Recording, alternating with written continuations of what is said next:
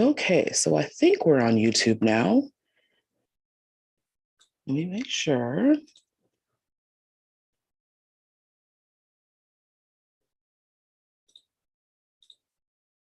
All right, so we are live on YouTube.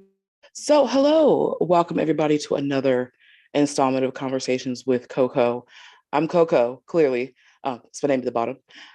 So today we're going to have a very important conversation, and I didn't know it was going to be so important until the events of the last couple of weeks have been happening, but I actually planned this conversation about a month ago when I was planning content, and this was one of the conversations that I want to have.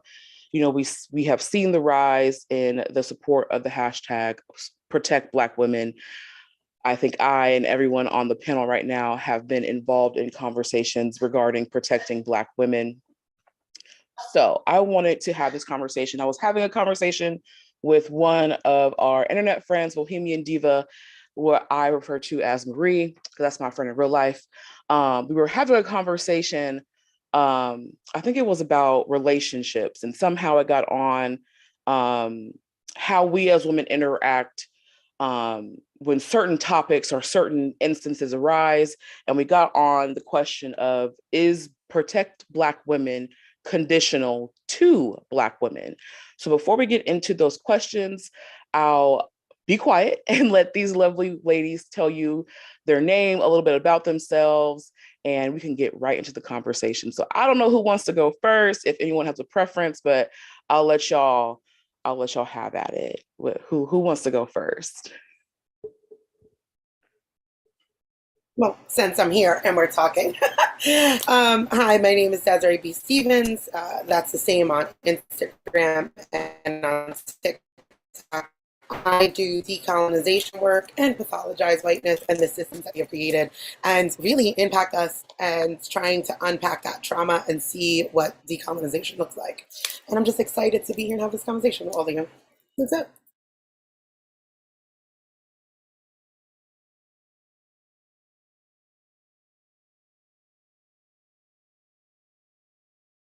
Nobody wants to go next. Nobody wants to say hey. No one wants to tell them about Hey ourselves. y'all, my name is Amanda. My name on all my social media handles is Miss Ann Lynn Diva. I've worked in healthcare for the last 16 years. I am a mother of a wonderful little boy, and I'm jumping in everybody's lives on TikTok. I'm talking about everything, anything pro-Black woman. I'm gonna be up in there with a bonnet, a scarf, or a wig on. So I'm glad to be here and glad to meet and see everybody's faces.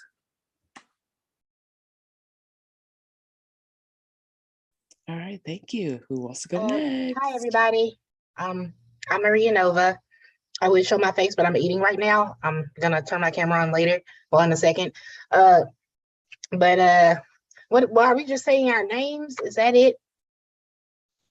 Just your name, a little bit about yourself. You want to plug your social media, any projects you're doing, wherever the spirit leads you. Well, I am an influencer on TikTok. My content leans towards body positivity, intersectional feminism, stuff like that. I'm a mother of two cats, two very bad cats. I have baby children. And I work from home. I have an online store. Yeah, that's about it. Thank you. Who wants to go next? We have 3 people that are left, so Okay. I gotta duke it out. I'll go next. I'm sorry, my little one was crying. So I go by Colorful Story or CF Story on TikTok.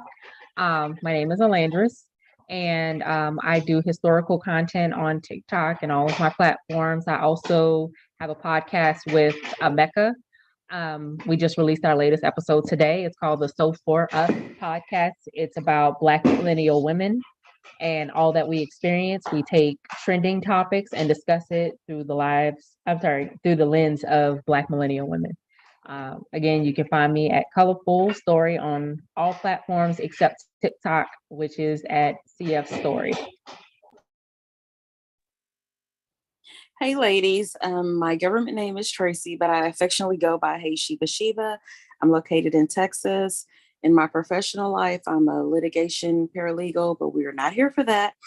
I am very excited to have this conversation with you all. I'm currently in process of launching my brand called Girl Mask Up and Heal, because we need to take care of intergenerational trauma and heal from it so we can be our best self. So I'm very excited to have this conversation and excited to be here today.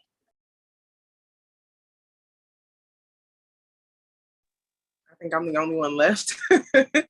I am Jasmine, but I go by BPG313 on TikTok, local troublemaker. I too like to jump into lives and advocate for Black women, but also I like to provide social commentary and historical context to just random videos that I stitch. I am a wife, mother, film student, filmmaker, all things film. And I'm just grateful to be amongst this amazing group of people. Well, thank you, ladies, for introducing yourself. I just love the range. I love all the different backgrounds. So this should be an amazing conversation. So I guess we could just jump right in, unless someone has anything to say, anything before we start. Like, One more thing. I okay. also have a podcast that's streaming on Apple Podcasts and Spotify as well. It's Miss Diva's podcast. I talk about everything. Reality TV, TikTok drama. I talk about it all over there. It's just me and the microphone and whatever comes up that day. So that's also up there as well. Since we're on that, if y'all ladies after this could send me your name, whatever you want to promote, so I can put it in the description. So make sure everything's spelled right, because look, I'm copy and paste. I'm not gonna hold y'all. So don't forget to do that. And so I can put that in the description after we're done here. So people can find y'all and follow y'all and support y'all. So I guess we can just dive right into the first question. So the first question I have, and I'm not sure who wants to go first. I didn't tell YouTube, I told y'all, I didn't bring any notes. Okay, I got a little nervous. I don't know what to say. I don't know where to begin. So I guess I kind of like took the position of I just want to be the interviewer, so I can just absorb the different perspectives. I'll probably jump in, ask follow-up questions, but I don't want it to be too formal. So it's a conversation. So if anyone wants to say anything, don't feel like you have to wait 5 minutes to say anything. But yeah, so the first question that I have is, what does it mean to protect Black women? Can we just all converse together at the same time? Mm-hmm. Okay. Yes, please. Okay, awesome. So like for me, protect Black women in all aspects, right? Like I'm a big fan of like loyalty, right, wrong, or indifferent. Like check me at home, never in public, and like don't play about me in no aspect. If I'm wrong, that accountability is something that can be had in love, but we should not be disregarding and like tossing away Black women at any point. That's what it means to me. And just to piggyback on what Desiree said, loyalty is such a huge thing for me as a millennial, and it seems to be a lost art these days. You need to protect your sister, whether she's your blood sister or just sister by skin folk. If there's something wrong, you adjust her crown in private, not in public. And that's something that I've noticed these days, is that everyone wants to do it for the gram and exploit one another to say, oh, well, look what I did for my sister. Did you really help your sister? I don't think so. And you know what? I'm gonna piggyback off of that because I actually just made a video, and I think that this falls completely in line with what we're talking about Aries Spears. Recently had some commentary about Lizzo, and in the commentary, he was discussing it as if he were calling out Black women for being hypocritical about how we are with our quote unquote sisters when it comes to their health. And how he feels, looking from the outside in, obviously, that Black women aren't critical enough of each other when it comes to health specifically. But I thought it was very interesting, his take on that, not only being a man who appears unhealthy, but also just the commentary around how he wanted Black women to correct Lizzo in the same sense that honestly he needs to be corrected. So when you talk about like protecting Black women, I think that we think of it from a very, like high level. I want to be protected specifically from violence. I want to be protected, specifically from ape or actual assault. But also I want to be protected from the local bully, from, the local comic who feels like it's cool, on a stage with millions of people to call me G.I. Jane in front of people. Like, I'm not saying any specific instances, but I'm saying, those instances are also cases where Black women, need to be protected. And I thought that that was very funny that we would be having that conversation today, and that this would be one of those moments where I really do feel like we're going to see another instance where, unfortunately, will Black men pick up the ball and go, look, you're inserting yourself in a conversation that has nothing to do with you. I will say, look, if y'all want to bring up any situations, I like mess. So if you want to bring it up, go ahead, bring it up. But I will say it was very interesting because y'all know me, I talk about misogyny and patriarchy all day, every day. It's redundant at this point. But I found it very interesting that he was wanting us to do what traditional women do and check women on Lizzo not fitting into a Eurocentric beauty standard. Like, we should be, it's our duty as Black women to shame her into being smaller or wearing more clothes or acting a certain way. So I thought that was very interesting that he wanted to, well, I guess not very interesting. It's very on brand, but it was very interesting. Like, wow, you really want us to be these old school catty women and like go at each other's throat and say, how dare you love yourself? That's wild to me. That's wild to me. I found that interview very interesting on the premise that he wasn't asked about her appearance. That was not the question. The question was, have you heard her her music? Like, she's a great songwriter, is what was said. And he was struggling to breathe in his rhetoric himself. And I find it very funny because it's like, she looks like the poop emoji. I said, where you get that from? Like, I was very taken back because I'm like, sir, you one deep breath away from a struggle yourself. And nobody asked you about her appearance, and you're talking about her weight. I was like, but she dances, she performs, and she played a flute all in her concerts. I'm like amazed at her ability. I'm really confused. Like, the flute ain't easy. Like, my best friend played the flute. It is not easy. And she is multi-talented and she's proud about who she is. And it almost comes off like, you know what? You fat women, how dare you love yourself? How dare you let her go out here and twerk and she not be as small as you want? But then that would be the same man that would have something to say if a woman got her body done. So I'm not listening to him anyway. So I found that crazy. It was also a little bit of anti-Black. Why, out of all of the emojis, did you want to compare her to the poop emoji? That part. There's a couple of different things. I struggle because I follow you, Coco, on TikTok. So I struggle with Black men and being able to uphold the patriarchy. That's not something that I come into alignment with. I fully think that they're tools of the patriarchy and they think they can win it and they forget that they're Black. And that is a whole other problem. I'm like, sir, you're a tool of the patriarchy just like any other misogynistic woman or woman who's practicing misogyny. You are not able to hold up the patriarchy. They are using you. Remember that you're Black.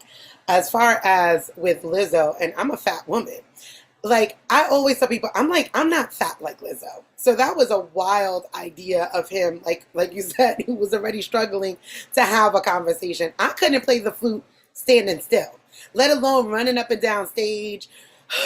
I would pass out. It bothers me to go to my mailbox. You know what I'm saying? So, like, we really need to unpack, like, what health looks like and really remember that, like, BMI and all of those things, like, everything goes into white supremacy. everything. I have zero desire to be the size of a malnutritioned white man, because that is who the BMI is on. And the idea that Black men consistently pull this out of their ass is a whole other issue. And I'm like, what are you doing? I need you to unpack like your anti-Blackness, because when did it become a problem that we were larger bodied? When was this an issue, sir? When you started coming into alignment with whiteness and what they think is beautiful? Like, let's talk about that. Those are my little 2 cents. I agree with y'all. Go ahead. Oh, you're on mute.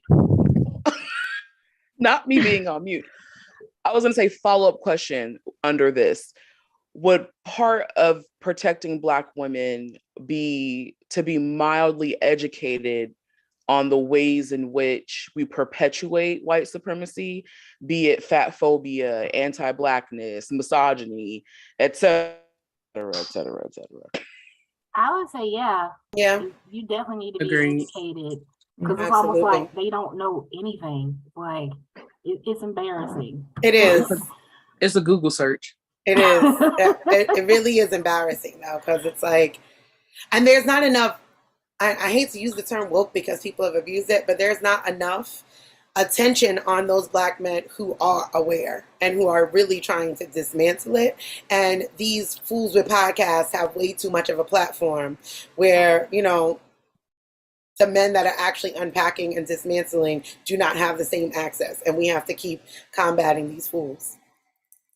Yes, I would totally agree that all of those are necessary.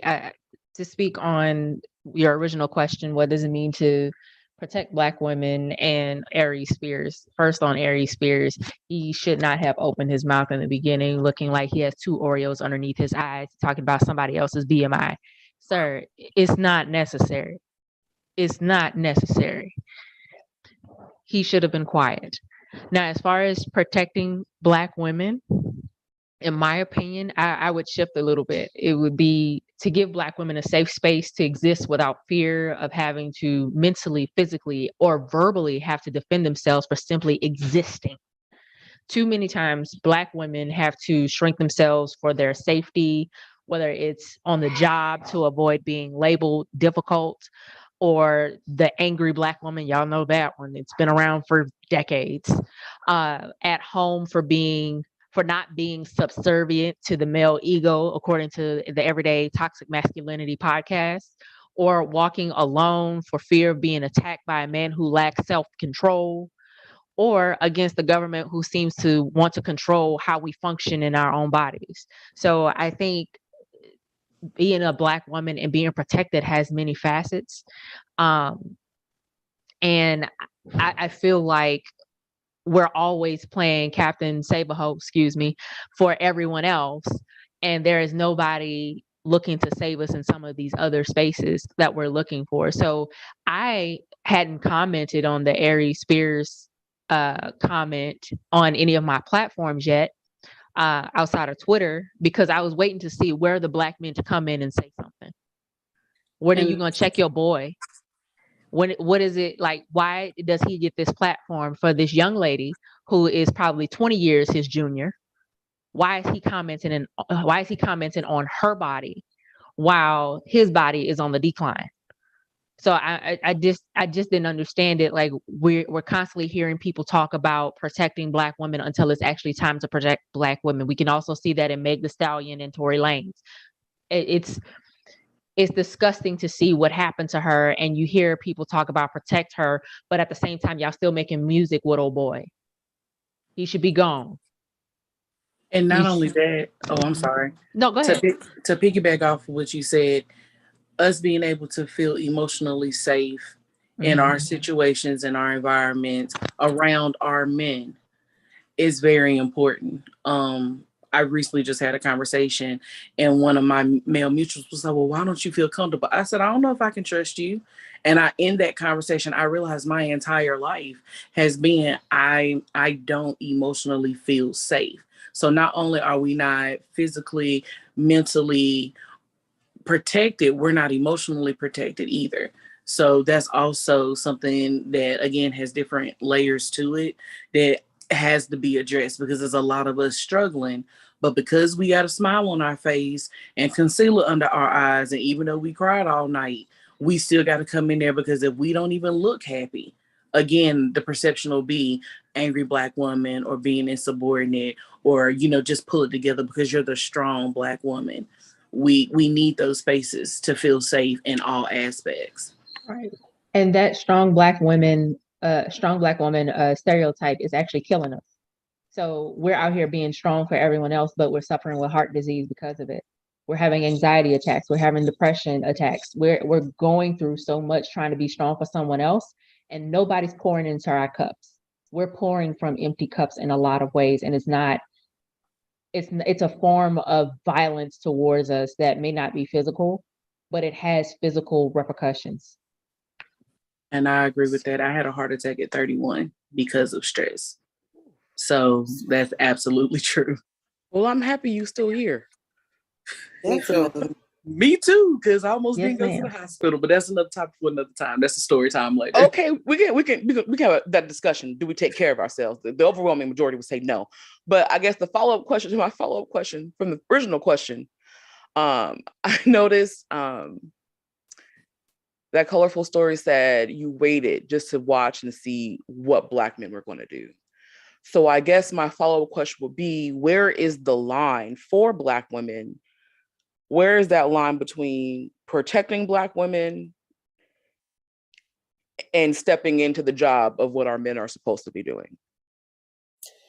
That's a good question, and kind of I wanted to ask Colorful Story that too, like, or all of us, like, where do we find, like, how do we cultivate that between each other? I have really healthy relationships with the Black men that I am in relationship with, be it my husband, friends, family, et cetera, et cetera.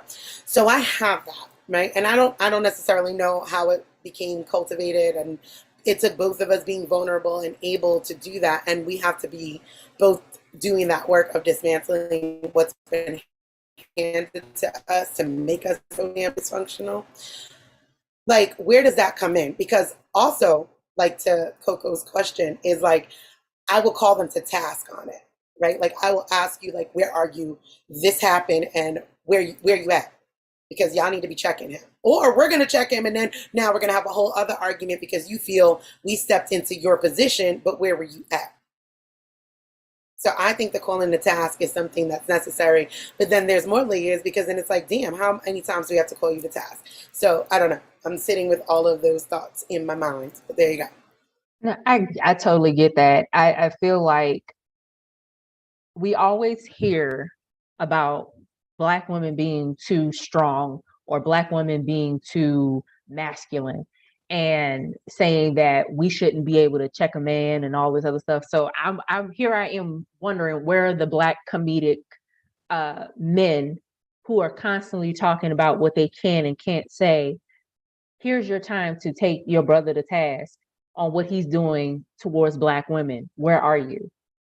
Here are the times where it's those Black men talking about protecting Black women, and this Black man just comes right out. I'm talking about the Charlemagnes, I'm talking about the TIs, I'm talking about all of these other major entertainers who will constantly be rah, rah, rah to talk about, oh, we got to protect the Black community. But what they really mean is, oh, we got to protect Black men, and to hell with Black women, like Ice Cube did when it came to his plan for the Black community. And he completely left Black teenagers and Black women out, and the Black LGBTQ community as well. So my question was, where were they? Because I was looking for all of this, all of what they were saying. Like, are you going to stand on your word? Are you going to be the voice that you claim that needs to be out front? Are you going to be the head of the household and wait for the women to come behind you? There was none of that. It was all women coming in and saying, you shouldn't have been speaking on Lizzo in the beginning. You should have kept your mouth closed. You don't have a place to talk. And then the follow-up that he gave after that was even more unnecessary, because it didn't address any of the comments that Black women were telling him about, because most of us was clowning what he looked like anyway, because that was what the real joke was, for you to be calling the pot black when you, sir, are a burnt kettle. I find it interesting. I have a collective of TikTok mutuals that includes 3 Black men. And one of them saw the interview of the guy that you're talking about. I don't even know his name because I don't remember him at all. And I listened to it and I just shook my head. And my mutual was like, well, what do you think? I said, I think that maybe he should have minded his business. And the guys that I'm around have those discussions with us. But as far as if you go on their platforms, and I verbally bring it up to them, like, y'all have to be more present in certain things. Like, I realized in befriending these men, they had no clue about Roe versus Wade. They really thought that Roe versus Wade was just too many women are getting abortions. Like, they had no clue. So that was a time to sit down and educate. So even in this situation, the guys in my mutuals, they're upset about it, but they haven't spoken on it. So I know previously I did a live a few months back. There was one guy that was like, well, we can't protect y'all if y'all keep addressing the negativity. I said, but you're a man who needs to address another man. I said, if you're the positive man who you say you are, because I don't know you, you're a mutual of a mutual, and I don't follow your content because I don't care. But it's like, why can't you as a Black man step up and check the Alpha Red Pill podcasters and say, hey, your rhetoric is dangerous to our women? Because he wasn't doing that. He was saying it was conditional based on what we need to stop addressing negativity. I'm not going to sit back and be disrespected, but so much. I'm just not. So I don't know why it's like they have all this level of respect because they are eggplant members of the community. And so they just don't check each other, but then they feel more comfortable always telling us what we should be doing. We got each other. I promise you, I get checked on a daily basis, but we probably have to ask them what would they need to do to feel comfortable enough checking another man and his negative rhetoric about Black women, because we can't even build a community until some of that stuff is unpacked. I wanted to piggyback off of that because I actually saw a video this morning. I don't know if y'all saw it on TikTok of this girl who said that she was walking down the street eating a hamburger and some dude punched her in the face. Like, she still had a bloody lip and everything. So y'all haven't seen it yet. I think it's only got like 3,000, 30,000 likes, so it's not viral, like viral. But it was men in the comments saying, well, you was doing too much because he was, but pretty much what happened was that he walked in front of her because I guess she was walking too slow. And, she was walking fast and he stepped on one of her feet, like while in his stride. So he was in front of her and one of her feet got like in front of, like behind his feet. I don't know if I'm describing it well. And he stepped on her feet. And he gonna turn around and say, you need to watch, where the fuck you stepping. Oh, can I curse on here? Okay. But yeah, he said, you're gonna watch where the fuck you stepping. Call her a bitch. And it was some random dude standing off to the side. And he said, hey man, is this your bitch? And then he said no. And so after that, he punched her in the face. Like, and all she was literally doing was saying, dude, I didn't step on your feet. You stepped on me. Like, what? Like, she was just, defending herself. And he literally punched her in the face. And I think it's funny that he asked another man, is this, your girlfriend? Because it's almost like you love putting your hands on a woman, especially a Black woman, but you afraid to have that same energy when it comes to men, So can I ask a quick question on that, Maria? What can you describe what she looked like? She was a Black girl, brown skin. She had her hair like it was up in a bun or something, and like you could see she had a busted lip, like you could see the blood. And the reason why I was asking, and to kind of piggyback on what Colorful was saying, is to me, it seems like protecting Black women, or men, quote unquote, protecting Black women, are only exclusive of these model types. The ones that are catching the Spirit Airlines to get the BBLs but can't afford houses, and, the one that has all of the fake, $1,000 weaves and all of that. Why should it be exclusive of that? Your mother, your grandmother, your sisters, your aunts, your cousins, your nieces are all Black women, all shapes, hues, sizes, and colors. So to me, Colorful, like I said, to piggyback on what you were saying, I feel like the protection is only exclusive to those model types. And Well, who created the standard for that? well, I'd say it goes beyond that too, because it goes into light-skinned women versus dark-skinned women too. Oh, Absolutely. definitely. A lot of Colorism. times, a lot of dark-skinned women have been disrespected over light-skinned women because men have this colorism standard. They believe the closer to whiteness is right, but they don't want to go all the way, so they'll just pick a light-skinned woman. Like, I literally had to check a man in a barbershop because I used to work in a barbershop for many years. And I had to check him because there was a young lady who was in there. She was dark skinned and she had her little sister with her. And he said, you could look better if you had better, if your hair wasn't nappy or if your skin wasn't so dirty looking, you may want to exfoliate. And I had to check him. I was like, I know this is a barbershop, but you don't do that. You don't do that. One, you are disrespecting this Black woman. Two, you're doing it in front of her sister who sees how you treat Black women as they get older. And that also puts an idea in her mind about how she views herself.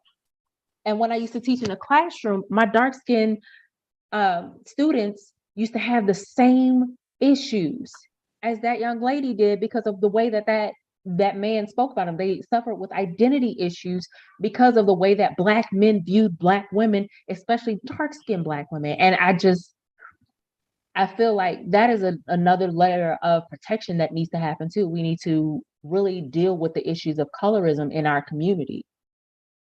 It's like you continuously have to like check them on it because they do it all the time. Yes. Especially like if you're dating, it's like one of the first things they say is that, oh, you're so pretty and light skinned. And I was like, I don't have to be light skinned to be pretty. I can be pretty in any shade. And it's a lot. I feel like there are a lot of light skinned women who like let that stuff get to their head, and they think that it's cute and that it's okay, when no, it's not. It's not okay to be fetishized. It's not a compliment, and of course there's always a yellower crayon in the box. So if it's all about skin color, he'll just keep going lighter and lighter and lighter until he eventually gets to a white woman.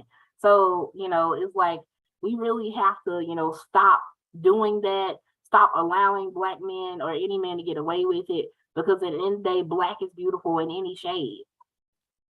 I think that all comes from divesting from whiteness and its systems, though, right? Like, I mean, I have these conversations a lot on my TikTok platform about like the erasure of unambiguously Black women. It is absolutely absurd, right? Like, I'm not trying to be the face of Blackness because this can't be it. Because if this is it, it's an absolute erasure from those who are unambiguously Black. And men constantly get color struck: the hair, the complexion, the this, that, and the other thing. And I'm like, and I see so many of us who I'm a mixed Black woman, but I mean, monoracially Black women look like me too. But it's usually mixed Black women that make this shit their personality. And it's like, if that's all you have to offer, that's a whole other problem that needs to be unpacked.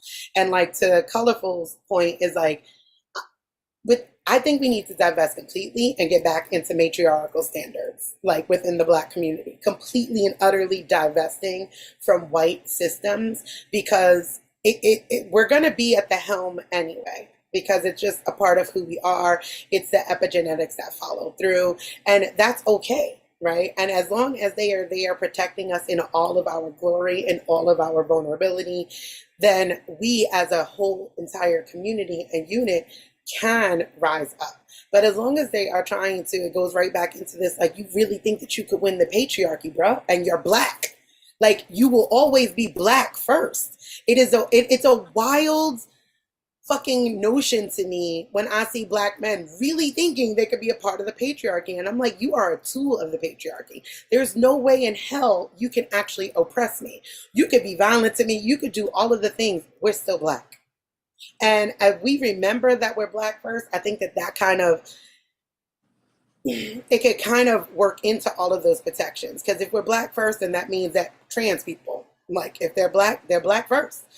LGBTQ plus IA, all of that entire community, they're black first. And if we kind of come at it from that point of view, a matriarchal point of view, and a black first point of view, and divesting from those systems of whiteness that consistently pull us apart through colorism, through homophobia, through classism, et cetera, we can actually do what Miss Ann Lynn was talking about, is like actually heal as an entire community, because we can't keep doing it in these parts.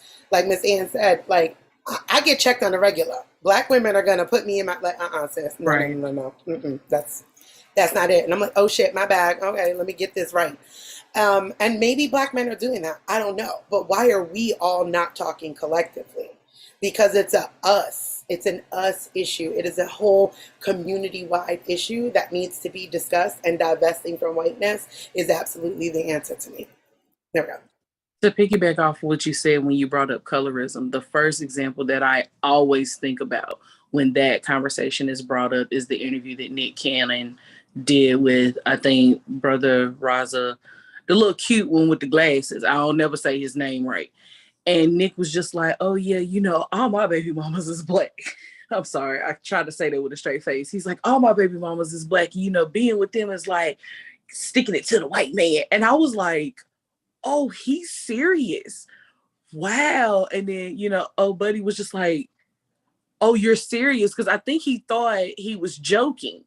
And for some reason in their mind, they're wrapped up in the idea that it works for the white man, so I can oppress as well. And like you said, yes, they do an oppression Olympics with us, that their oppression is so much more serious than ours.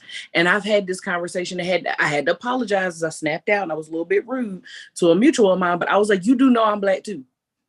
Like me and your mom are the same color. You do know that. And we have to get past, like you said, think black, that you're black first, and start going from there, because we can't even get past the I'm black first. Because some of them, quite a few, because people get triggered, quite a few of them believe that their oppression as black penis holding individuals of the community is more than anything that black women have been through. And we're like, sir, we've been here too. So not only are we dealing with all of what y'all are dealing with, we're women. And some people think that we shouldn't even be making decisions for our own bodies. So it's just, it all ties in together. But Nicholas Cannon is just the poster child that just pops in my head every time colorism is a conversation. He's a whole mess. And if I could add, like, I'm in the process of rereading Angela Davis's let me make sure I'm pronouncing this right. Women, Race, and Class. And in there, she was it's a good book. And she was discussing, you know, just how Black women during slavery, like, for one, those stories aren't told.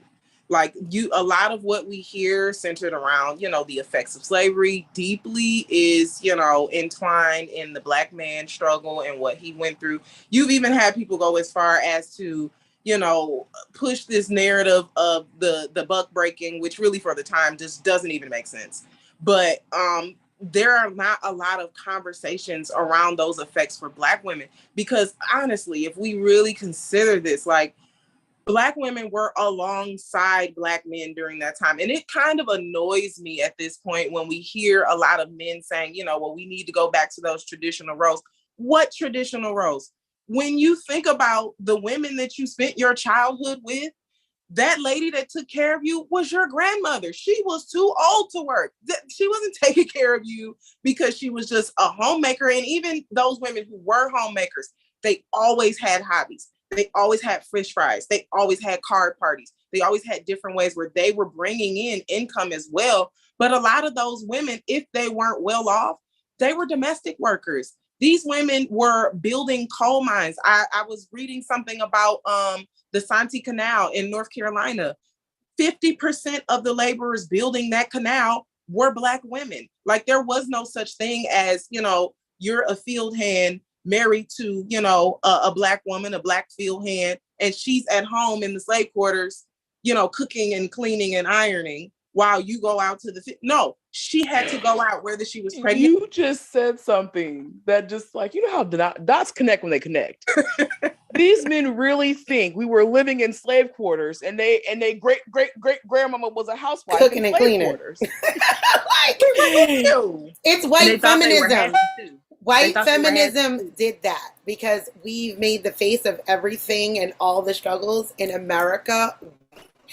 And white feminism, we want jobs, we want to work, and black women are like, bitch, we ain't stop working. I'm So already like, working. I don't.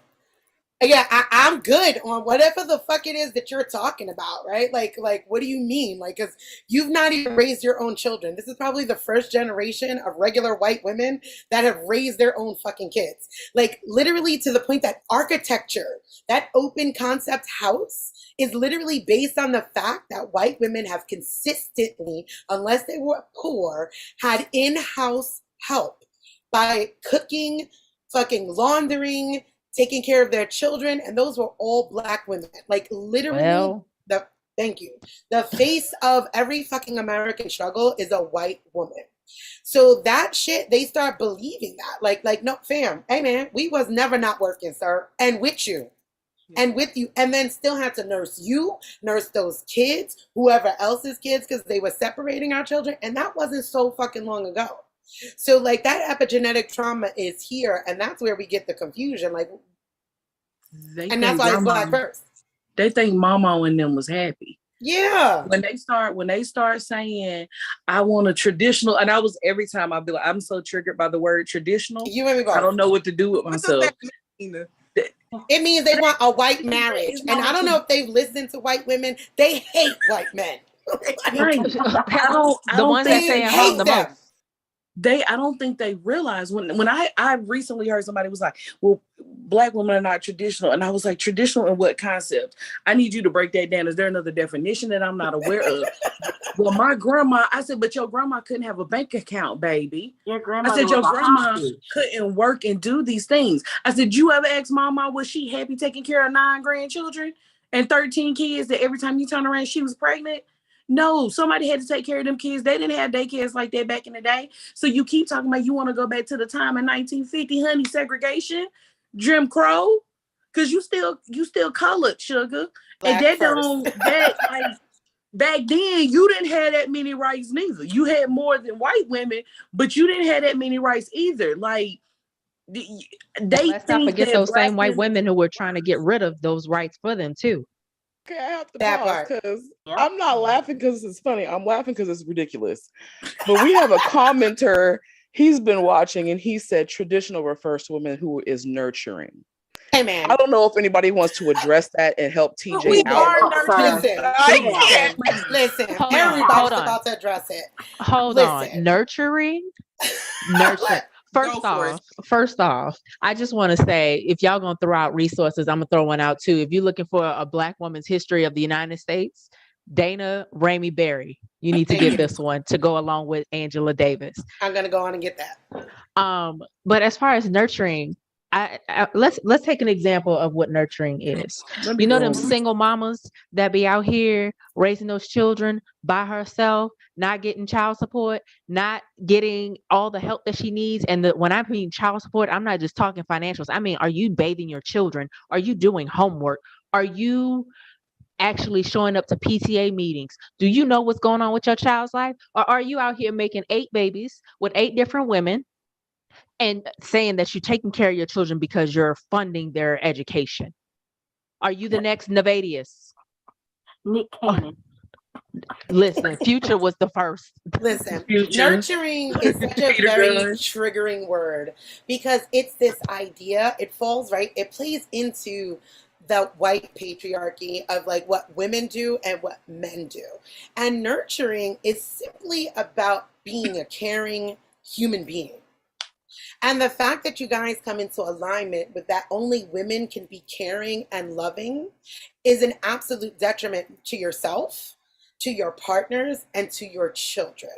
Because you should be nurturing us as well. Pour into me the way I pour into you. And though that may look different, fine. You know what I'm saying? Like, I may hold my kids longer, right? Like, I'm definitely going to let my kids, cry much more than my husband is. He's like, hey man, stop that shit.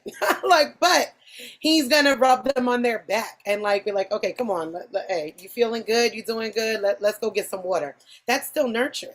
When you guys do this very specifically as Black men, I really want y'all to unpack why y'all want to be white men so bad. Because white men are not out here winning anything but capitalism. And that shit is killing them. Please go look up the stats of how many white men unalive themselves. Please do. Because they are not in happy homes. Please go talk to white folks, because you have this idea of middle-class white America with their picket fences and their 2.5 kids and a fucking golden retriever. And I'm telling you that it is dysfunctional as fuck in whiteness. Take it from somebody who grew up in whiteness. In all the aspects, it's fucked up and dysfunctional. So yeah, unpack that whole shit right there. Sorry, they can go back to 2007 during the recession where all of them were unaliving themselves because the market crashed. And it was left and right, white men jumping out of buildings, high-rise buildings. Because their only value is money. Everything. Because their only value is money. So and like unaliving their children and family too. Yeah, because like, what is the point of it? So when Black men come into alignment with that, and I had this conversation with a friend of mine who came over, and I was like, it's weird to me, because like, how much are you making, bro? How much are you making? 50, 60? So then you get mad at gold diggers, but you want us to only value you for your money. But then when a dude that's making 80, 120, 250, it's a problem. Which one is it? Do you want to be white men and win at capitalism, and we only get with you guys for hypergamy because that's what white women do with white men? Let's be clear. That is something that they are groomed for. So all of this obedience, subservience that you think, what they are taught is to shut up, get school, and they go to college to get their MRS, honey, not actual education. They go to find men that they can marry and move up in the hierarchy of whiteness. And so when we do that, when you put yourself in a position as a Black man to be valued as such without any other value for anything else, money-wise, then you want to be a white man. So then you are creating the very gold diggers that you hate, because now Black women want that too. Because we want to stay home. We want maids. I want somebody cutting my grass. Me too. I want to sit on my ass and go get manicures and spa pedicures too. But then y'all want a rider. Now I need to be a ride or die. Y'all got dissonance that needs to be unpacked. Because I can't ride and die, be nurturing, be subservient, fuck you, suck you, cook you dinner, raise your kids, and be broke with you. Like, well, the white women weren't doing it either. The white women weren't doing it either. The fact that they sit back and they say they want somebody nurturing, it was somebody nurturing your children. The black women. Housekeeper. Come on. The what y'all call the mammies. Come on. A white woman will leave you in a nurturing. What do y'all think was happening? Like, is I don't know what movie they watching. I don't know what screen is on. I don't know who is in charge of the equipment. But there were laws passed because white women were complaining about Black women not being able to come into their homes and take care of their children and cook their meals and clean their houses. Like you said, Black women have always worked. And it's just like, oh, we need somebody nurturing. What do you think is happening here, Sugar Pop? Do you need a Starbucks and a cake pop to unpack? I know people that still actually were in touch with their home takers, like the Black women. Right. Like, literally, like, still call them, like, grandma or something like that. Because, and I mean, again, now that we take a look at the statistics of white men who are unaliving themselves, now take a look at the statistics of white women who also unalive their children, right? Because like that shit is not something that they be looking to do. It is something that they must do in order to perform wealth of whiteness and move up in the hierarchy. Also, take a look at how many of them, their divorce rates, and how miserable they are. Miserable. I stay in consistent community with white women, and they are woefully unhappy. Woefully unhappy. And why do we want to recreate something like that? This is what I mean by divesting from whiteness, getting back to who we are as a community. And if it's really going to be Black first, it better be all Black people.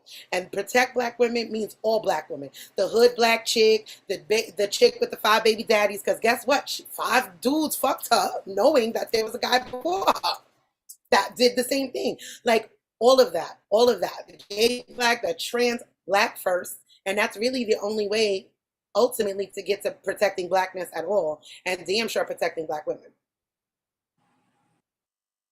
That's it. Period. So I think now will be a great time to shift the conversation. I think after hearing this, I think we need to have maybe an in-depth conversation and focus on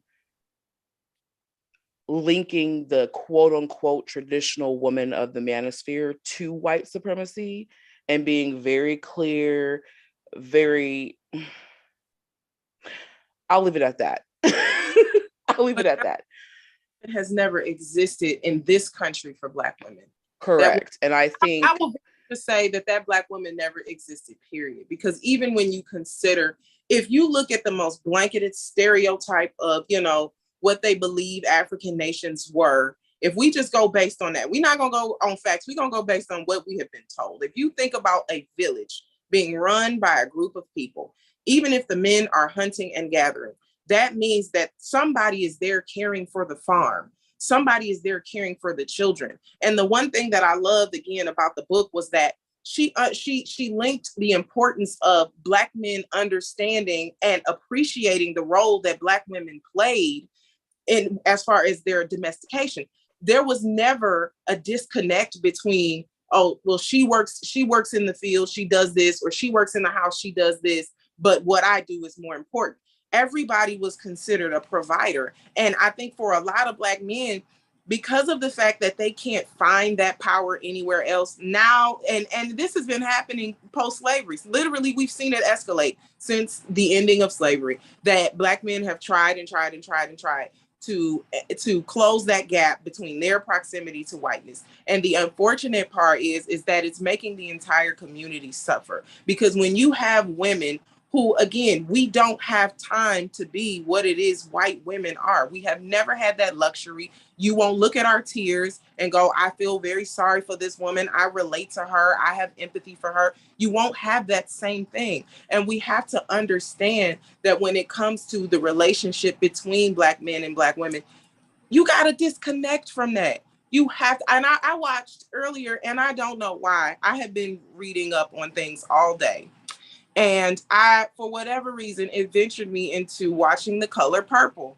And I don't know why. What a random movie to watch to prepare for this kind of conversation. But one is thing it though? I think it's very, very on brand. But one thing I noticed was like Mr. goes up, and we've all seen the movie. Mr. goes up to the mailbox. And when he goes up to the mailbox, the mailman, who technically his taxes are paying for, he bows his head to this man. He doesn't want to make eye contact with this white man. But then he goes in the house and he starts to, berate Celie and beat her and, actually assault her. And I really thought about like, this is the light bulb moment. This is the relationship that we are seeing a lot of Black men have with Black women. Like you can't look the mailman in the eye, but when you come in this house, you have so much power that you can take my body, that you can manipulate my mind, that you can have me breed however many children from wherever. And mind you, Celie was taking care of kids that weren't even hers. Like I can take care of all of the children that you create, and I can't say anything about that because this is where you reserve your power. And instead of a lot of men seeing men like Mr. and going, this is horrible. Why is he doing that to her? She's a child. He tried to, actually assault her sister, who's also a child. Like, this is terrible. They go, wait a minute. So that's how I'm supposed to get my power? So I'm supposed to find a child to marry, and I'm supposed to make her my servant, and I'm supposed to, this is how this is supposed. Okay, I'll go with this. A lot of them are mad about that movie. A lot of them back in the day, I was born in 87. I don't remember when Color Purple came out, but it took me well until about 23 before I could watch the movie in its entirety, because I don't know why at a young age I was so triggered. I didn't even understand it. I could not sit and watch The Color Purple. It aggravated my spirit. And a lot of them are upset because they're like, why did y'all depict it like this? What do you mean? It was the truth. That's how it happened. But see, they're having a hard time now accepting the truth. They're having a horrible time accepting the truth right now, where it's like, hey, sugar, this is a Google search. If I hear one more man say the government broke up the Black community, I'm going to scream. One more. Let me. Okay, I I be think going there's off. some. Sorry. No, you're doing good. I think you're right, and I think that multiple truths exist, right? And I think that Black men are not dealing with the trauma, and you hate to tell them to go to therapy after they Oh, got a please don't tell me whole. to go to therapy. I Don't know, tell because me to go. apparently, but I work for myself, so No, after what they did to Bree, they need to no. go to therapy and unpack some shit, because like even like the having the multiple baby mamas, that shit is all of that. Like, you know, to her point, like that's violence of whiteness. You're really mad at the systems of whiteness, and then you bring that. It's a cycle of abuse. Then you bring that here. You're mad because they don't see you as a man. I see you as a man. We were holding your fucking hands when you were 3/5 of a man, sweetheart. So like you could miss me with all of that bullshit right there. You know what I'm saying? Well, You take that trauma and that the way they studied y'all out and doing this and the third, and you broke up that home. Did the government have a part of that? Absolutely, because poverty is manufactured, and then telling Black women that they could not get certain services if this Black man was in the home. Absolutely, refusing But see, to even hire them. Multiple truths exist with that. But that need, like they keep going there to think it's going to fix it here. Instead of, no, you need to divest from that. Okay. Leave daddy white supremacy alone and come see about us and see how we can together make this community work. Just but my even with the government type situation, because I heard about this from somebody on TikTok, and I had never heard about the rule about the man not being in the house. I had never heard that. And my mama is a boomer. I've never heard of it. So I went down the rabbit hole and I started looking and I started reading. And what aggravates me is if you read, you will see that a lot of those rules apply to the Black men who were not the fathers of the children, who were able-bodied and was refusing to work. And the fathers of the children were already gone. They called it a poor man's divorce. So my rebuttal, whenever that comes up, is once that time restraint ended, which was between 5 or 10 years, I can't remember which number, why didn't y'all come back for the Black women to help rebuild our community? And nobody can answer that question. So yes, there are things within white supremacy that made it difficult for all people of color, but specifically Black people in this community where our grandparents, great grandparents were raised here and went through all of these horrible things. But what are y'all gonna do about it now? Because article that came out in 1960 ain't got nothing to do with me who was born in 1987 and we're now in 2022. They don't have a plan. They don't have a resolve. They want to be leaders, but then when we ask them where they going, they can't pull up MapQuest to figure it out. So it comes, we dealing with that and still don't have protection. If we could take that a step further, and this is the number one thing I always say every single time. If we are going to say that the government took, pushed Black men out of the house, if Black women chose the government over Black men, then in that same argument, if we're not looking at the root and we're just looking at the results, then we can also say that the Black man chose drugs over his family, because the crack epidemic Ouch. had the same level of impact that the welfare system tried to have on the Black community.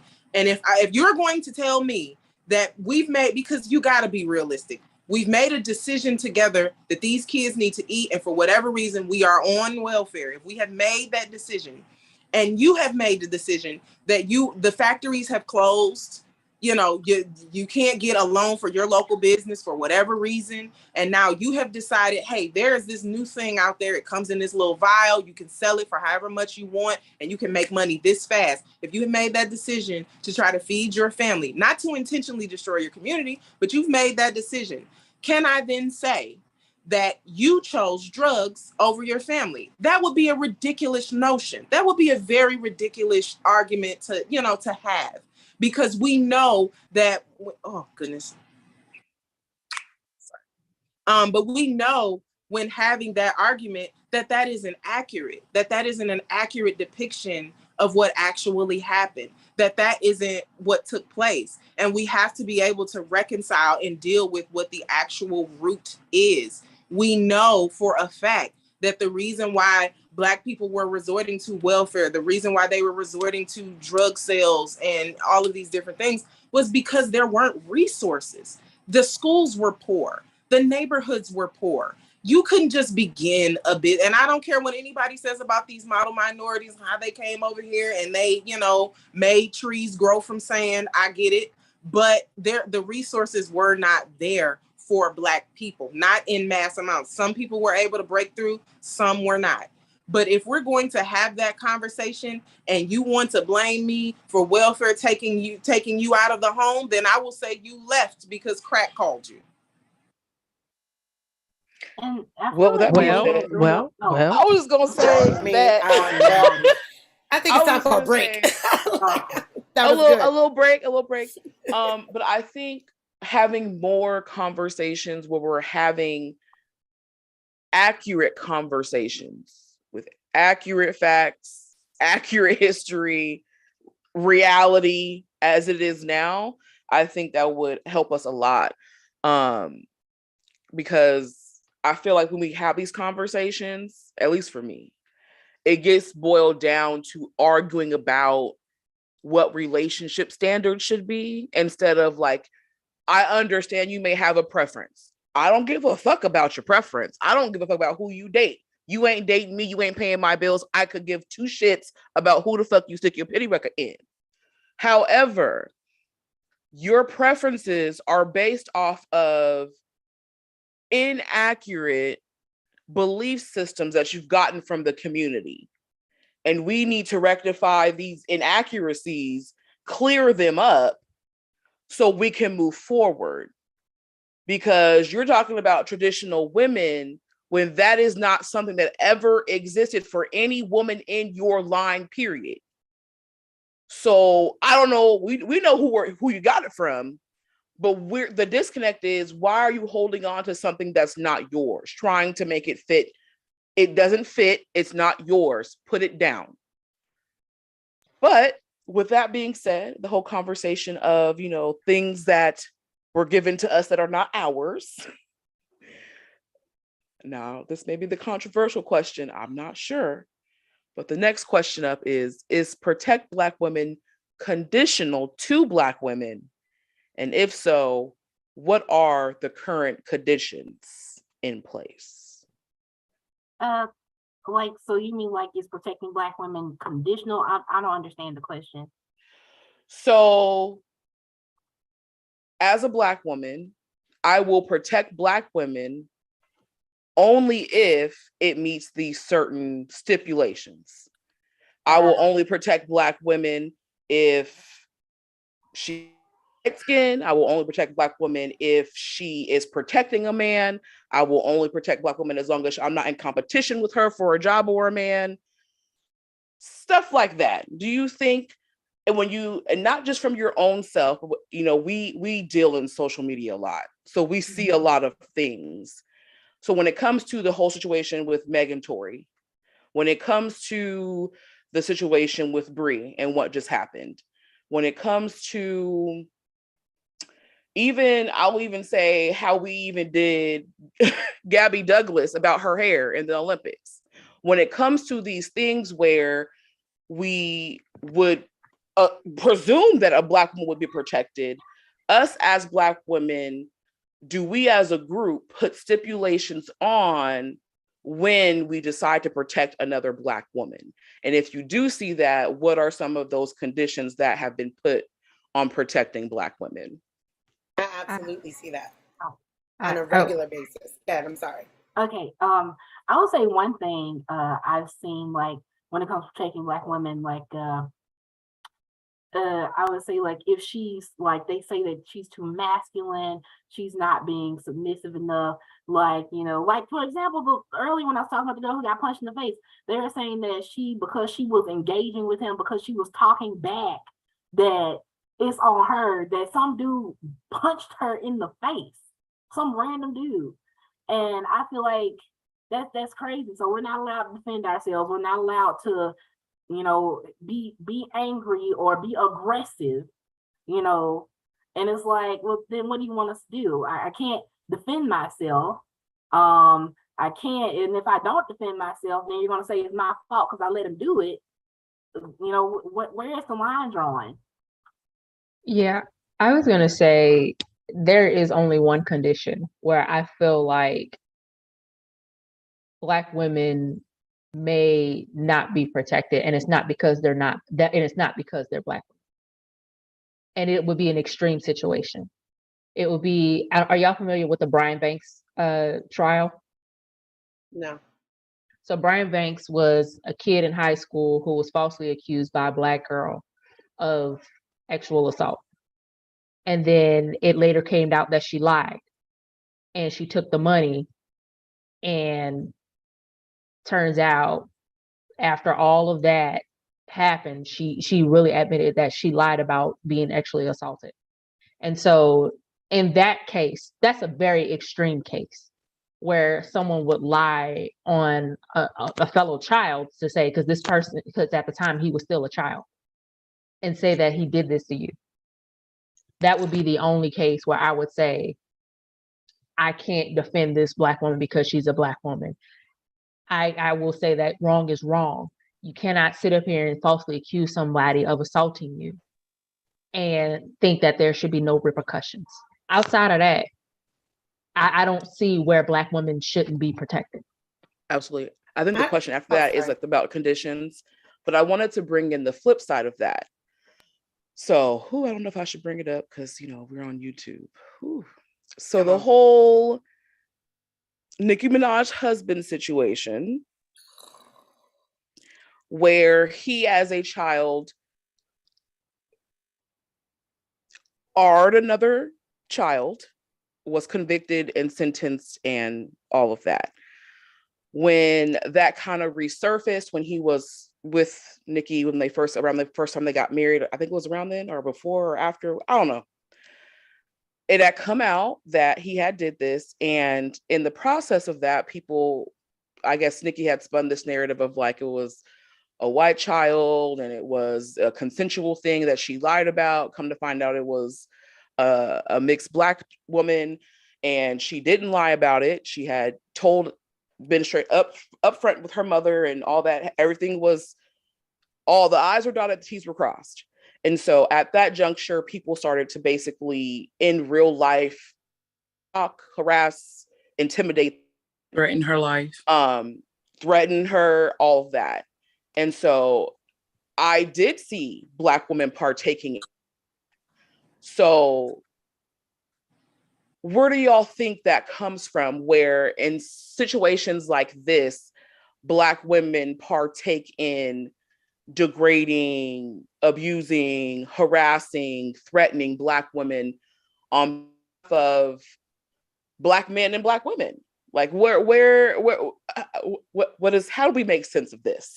It's me behavior.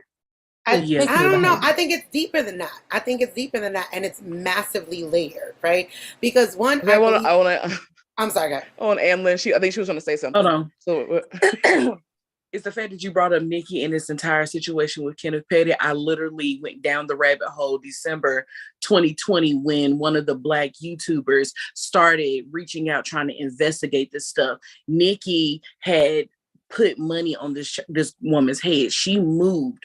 They were trying to get her legally to say that it didn't happen. And I was like, he already been charged. And a lot of Nicki's fans ended up attacking this YouTuber, like threatened to unalive her and her girlfriend, threatened to grape the dog, all because she would not leave this alone about Jennifer actually being the victim in what happened with Kenneth Petty. And so when everything happened and Jennifer went to The View and told her story, it was just like detrimental. Like the Nicki fans, that's an exhale, because what I would like to say, we on YouTube, that'll be a whole thing. We can have a private discussion if we need to. Because when you said, like, I literally watched Nosy Ho Live was her name on YouTube. I literally watched them tear this woman apart. She had to get the FBI involved because of the threats she received for her defending the victim. And so I'm not quite sure what happens. I feel like Nicki's mindset is very similar to a lot of the older Black women who knew that there was assaults happening in the home, and it was what happens in the house, stay in the house type situation. And because she married somebody who is on a registry, who can't even take their own child to daycare, because of the things that he did in his past, and she knew about those things. She knows what those signs look like, but because of who she is within celebrity standards, it is I've got to protect my man. Fans, y'all go do that. It was irresponsible on her part. She's nothing but literally a 2022 version of what some of the aunties and the grandmas did back in the day, where they would know that those little girls and those little boys were being mistreated in an actual type way. And then it was like, don't you talk nothing outside of the house. And then you see these same children grow up to be adults who are just traumatized. That woman that was assaulted by that man has had to move, I think they said 3 or 4 different times, that there was a $50K unalive threat put on her life once things started getting traction, and that girl ended up on national TV. So it triggers me, because it's just like, sis, you married that man. Sit in whatever you get, but do not sit back and use your celebrity as a reason to degrade Black women, because she's done it prior to her marrying Kenneth Petty. And people tend to forget about that, because I remember Nikki being in Greensboro, North Carolina, partying at the same clubs I did before she got boobs and butt, before she got the contract. And certain people just use their celebrity to downgrade and to put pressure on people about things, especially Black women. Well, who's going to believe you? You a Black woman. Because that's how society was already against us. It's too much. Nikki is a back in the day mammy who knew that assault was happening and didn't say nothing, and then got mad if it was mentioned. That sounds similar to the R. Kelly case, the Just for the Molester. I mean, what Jesus. those women knew what he was doing to those girls, and they believe that nobody cares about Black girls, so nobody would question what's happening. And this man got away with it for years. People were not allowing their celebrity children to record with him because of his behavior. Like, these people in the industry knew and would say, no, you can't record with him. No, I still mess with him. He's a genius. He's a musical genius, but I wouldn't let my daughter around him. You know, they would make these comments for years. Then you hear it in the barbershops, which is the next level. The disgusting behavior of some of the men in the barbershops who would talk about what happened. Oh, well, she knew what she was doing. She looked like she knew what she was doing. No, she was a child who was groomed by an adult. And adults failed her. Mm-hmm. What I'm hearing is, those children. Correct my statement if I'm wrong. What I'm hearing is, it's one instance, it's protect Black women unless money or proximity to celebrity is involved. Correct. But I believe it's much more than that, because I think we can't look at this as something that won't be an ever evolving fight, because it is going to require a case by, look at things. Because even when you look at murder, when you look at, there are different categories for what that's considered. You know what I mean? Somebody who's, oomping someone in self-defense is not the same as someone who just goes out and, does that to somebody. Those are two different things. And I think that we do have to, the one thing that we can do as Black women is be critical of ourselves and be accountable for ourselves in the ways that we can absolutely perpetuate these ideas. And I'm seeing a lot of it, but it's still not enough to affect the kind of change we need to affect. But we know, we have all experienced those aunties who, girl, that skirt too short, girl, those shorts too short, you need to go change because such and such is coming over, you need to stop being so fast, all of these things. We have all either seen or had those experiences. And now that we're of that age, because I had somebody on TikTok the other day call me an auntie, and I was flabbergasted, but I had to accept that I'm moving into that realm. But we have to accept and understand how to navigate that next level from, we're not the younger girls anymore. We're venturing into that auntie lane, and we have to unpack what it is that we do that perpetuates those same ideas. Because there were women around R. Kelly who was helping him. There were women who, are in the trenches defending Nicki Minaj all the live long day. And they, well, you can't talk about a Black woman that way. So you just trying to hold her down because of what she's accomplished. No, we're trying to hold her accountable because of what she's accomplished. Her platform is too big for her to be able to get away with this kind of rhetoric and us not say something about it. Because if Nicki Minaj, who has access to millions and millions of people, can get away with it, surely the person down the block can get away with it, because it's just us, that's local.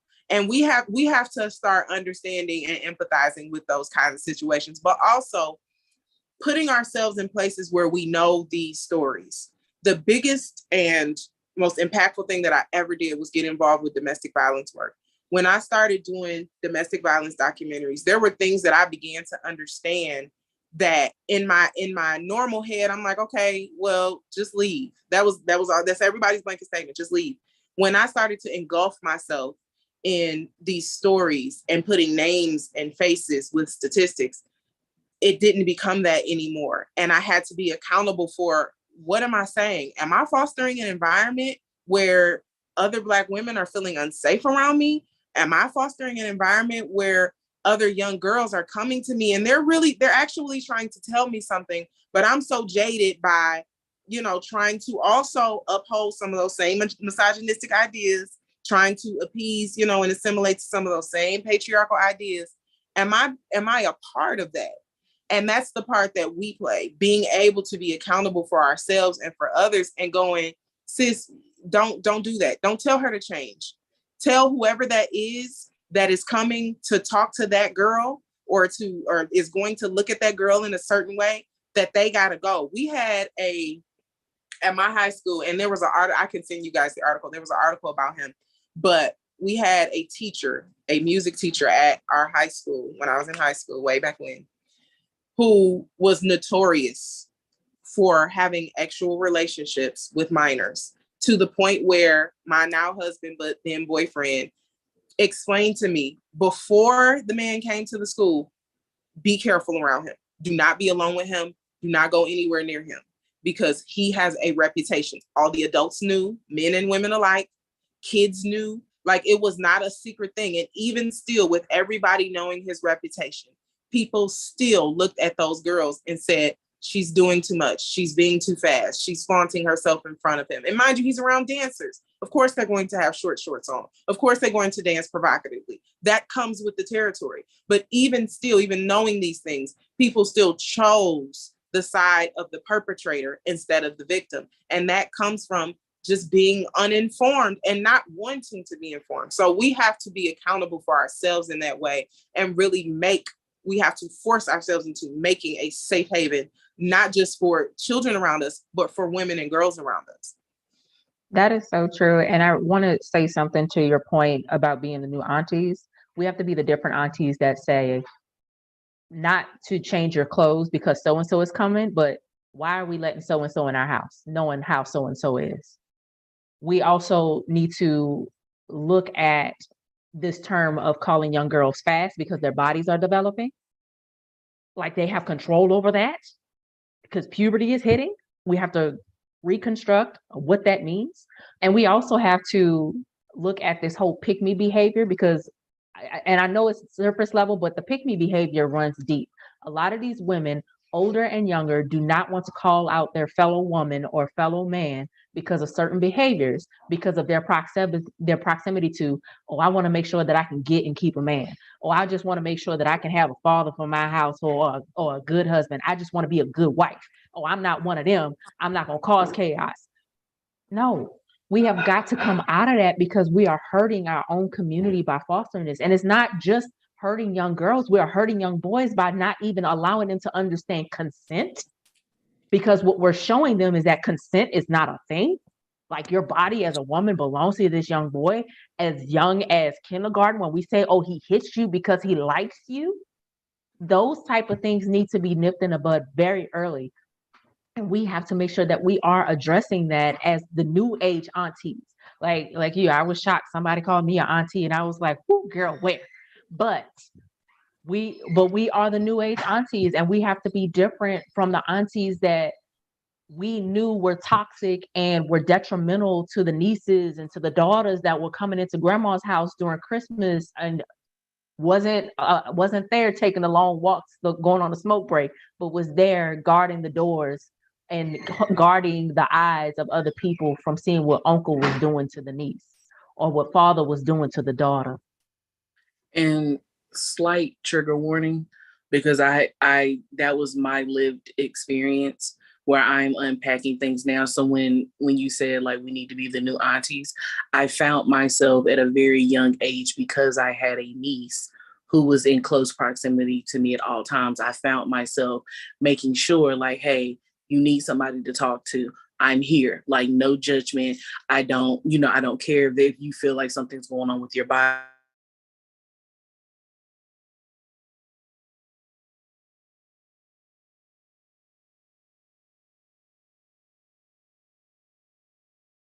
Am I frozen or is she frozen? No, she Uh-oh. froze. No, okay, You're back good. now. Okay. I'm sorry. Hey, mommy. Hold on one second. I realized, can you please step out, please? Thank you. My auntie was shut off Netflix. Oh, I'm so sorry. She shut off Netflix. Please close the door. I'll be right with you. Hold on one moment. I'm sorry. I can kind of step in where she was at. I think at approaching 37, within the next 2 months, I'm starting to embrace the auntie/nanny mode. 37, never married, no kids, am fully okay with that. Congratulations. And thank you. But a lot of that was doing the work of healing myself from a toxic, being in a toxic relationship with my mother, you know what I mean? But also looking back at the next generation, the 20-somethings, and saying, hey, sis, you don't have to encounter this. You don't have to experience and endure this. I have a young lady right now that I'm mentoring. And I told her, sweetheart, you're 21 years old. Do me a favor. Go get you a passport. Start traveling, see the world by yourself. Do not wait for anyone, because if you wait for someone, man, woman, dog, cat, chicken, pig, horse, you will never see, encounter, experience, explore, whatever. And now she's a flight attendant. I love her to death. And that's all a part of being your sister's keeper and being that being that support that your sister needs. And that's all a part in protecting each other, protecting Black women. I see Ann is back. Go ahead, Ann. Okay, I'm sorry. My 7-year-old is tripping. Netflix went out and it's detrimental. It's over here. He can't watch Sing 2.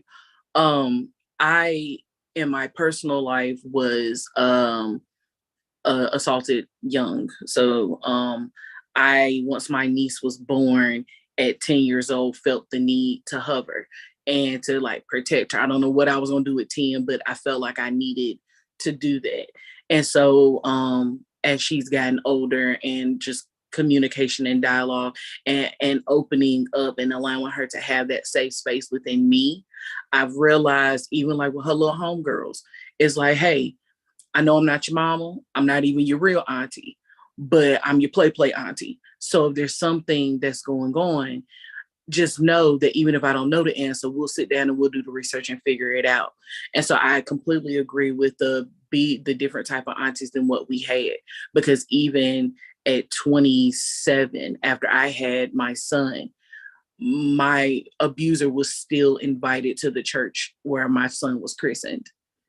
And it's like, so I can't snap out here. Like I can't even, like if I had even reacted that day, it would have been a bad situation. And I don't want anybody to ever have to feel the way that I felt, or anybody that I've come in contact with, especially the younger women, to feel like, oh, well, Miss Amanda, we can't talk to her about nothing. No. Because even if I don't know the answer, please at least ask. Please at least say, hey, I'm thinking about going to therapy. My niece did that. And I encouraged, like, hey, I'm not, if I'm not like giving you the support that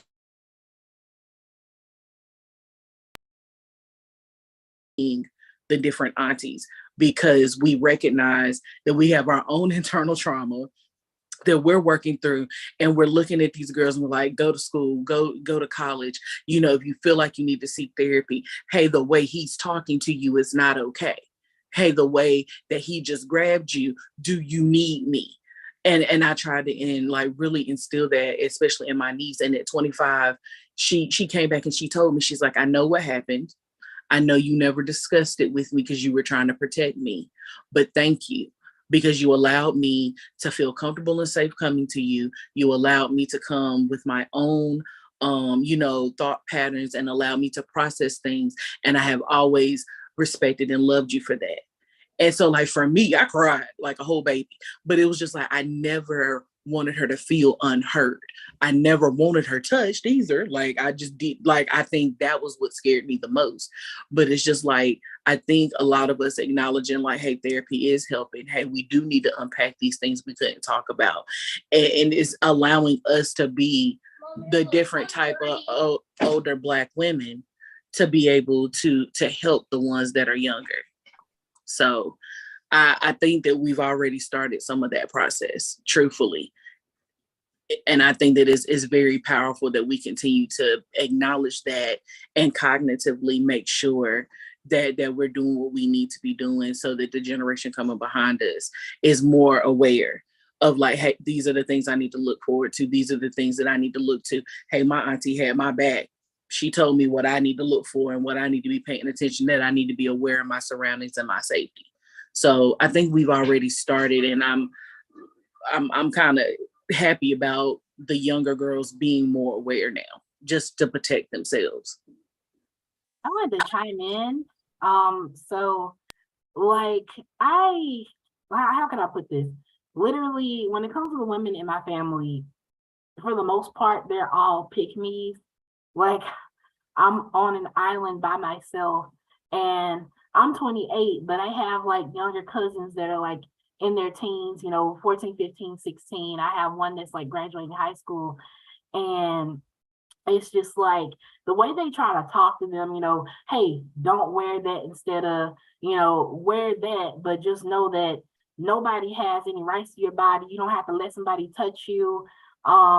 Or, it's like, instead of actually having a conversation about sex and what it is, all they say is don't have it, or, don't wear, that red lipstick. Like, literally, one of my cousins, she went to prom and I did her makeup for prom. And they were like, we don't know if we want her to wear makeup. We don't want you to make her look too grown. And I'm like, she's, 15.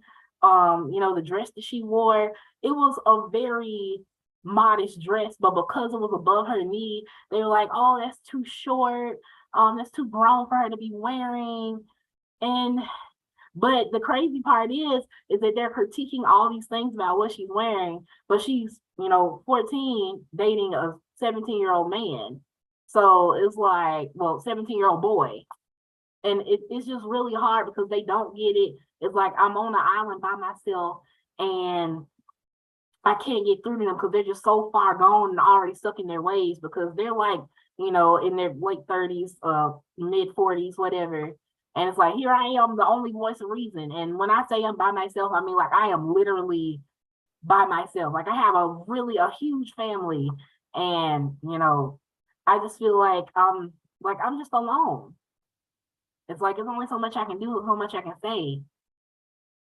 Anyway, I'm done. Sorry. I think with that, I think I kind of am the wildflower child of the family, in terms of like everyone's very like Christian and like definitely got that messaging of don't wear this. Like, my grandmother was the woman that wore stockings with sweatpants. So I mean, I get that. I'm the only I atheist think, in my entire family. So yeah, like, yeah. I think with that, I don't think it may be a thing of like, I mean, I'm not gonna go change nobody's mind. If you want to believe that, go right ahead. As far as the younger ladies in the family, I definitely try to lead by example. Best try to live as out loud as I'm comfortable with, of just saying you have the ability to choose the life that you want.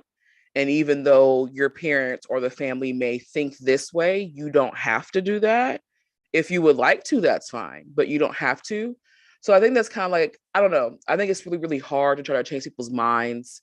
Um, so I don't know. I don't even know what to do in that situation, but other than just to lead by example, be an open door for those young ladies that may have questions, because they watch everybody and they see they know who aligns with, the things that they want to think about. So they may come to you as they get older and ask you questions about like how you were able to, grow up in the same environment and be so different and all that kind of stuff. So I think it's one of those things where it's just a wait and see kind of things, and I guess go with the flow at that juncture. Could I add something? Just a little thought. Okay. So I'm 43. So and I have a ton of kids, like four of them. So many kids. Ranging from 26 to 3. Like yeah, my first is 26, 10, 6, and 3. I have nieces and nephews that literally have kids that are older than my kids. It's absolutely absurd. It's weird.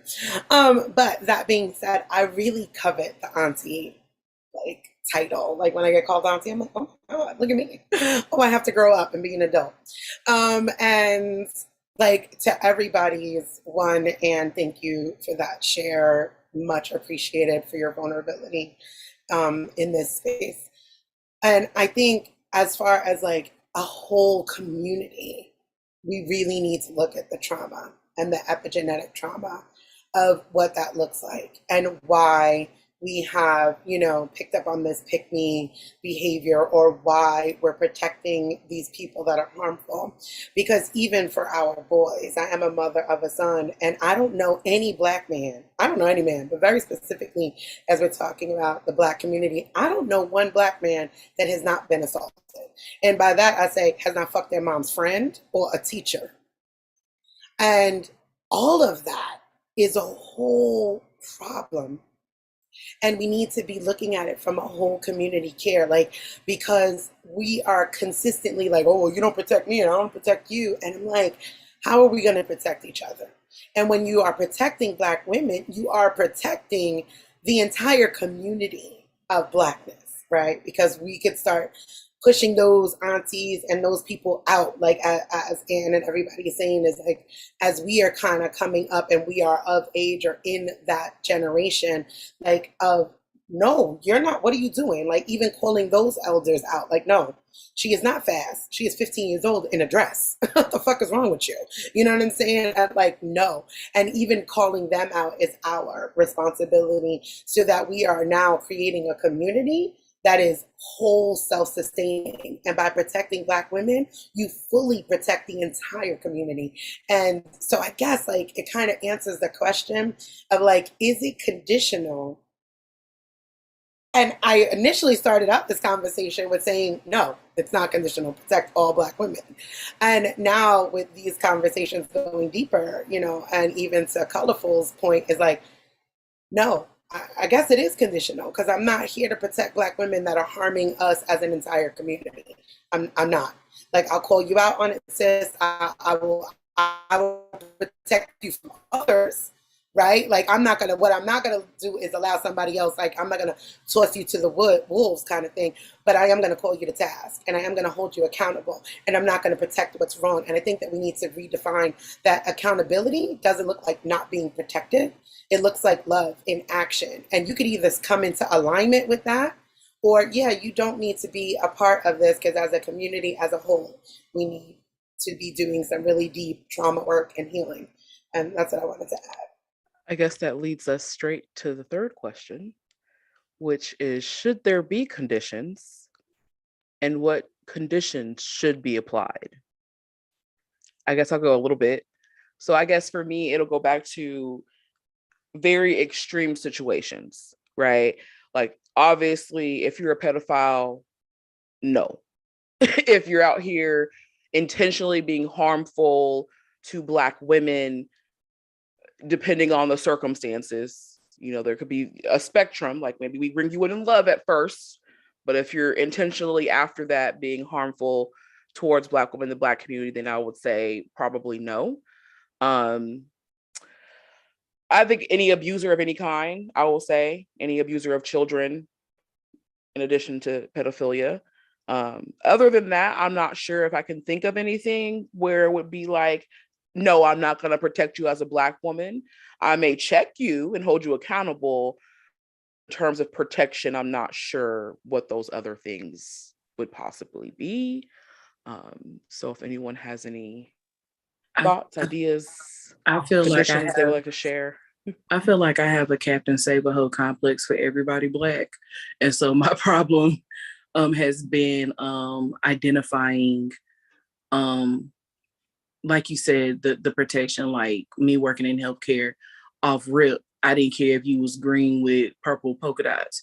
If anybody was doing anything physically, mentally, emotionally, or financially abusive, I put on my cape and I was flying in there.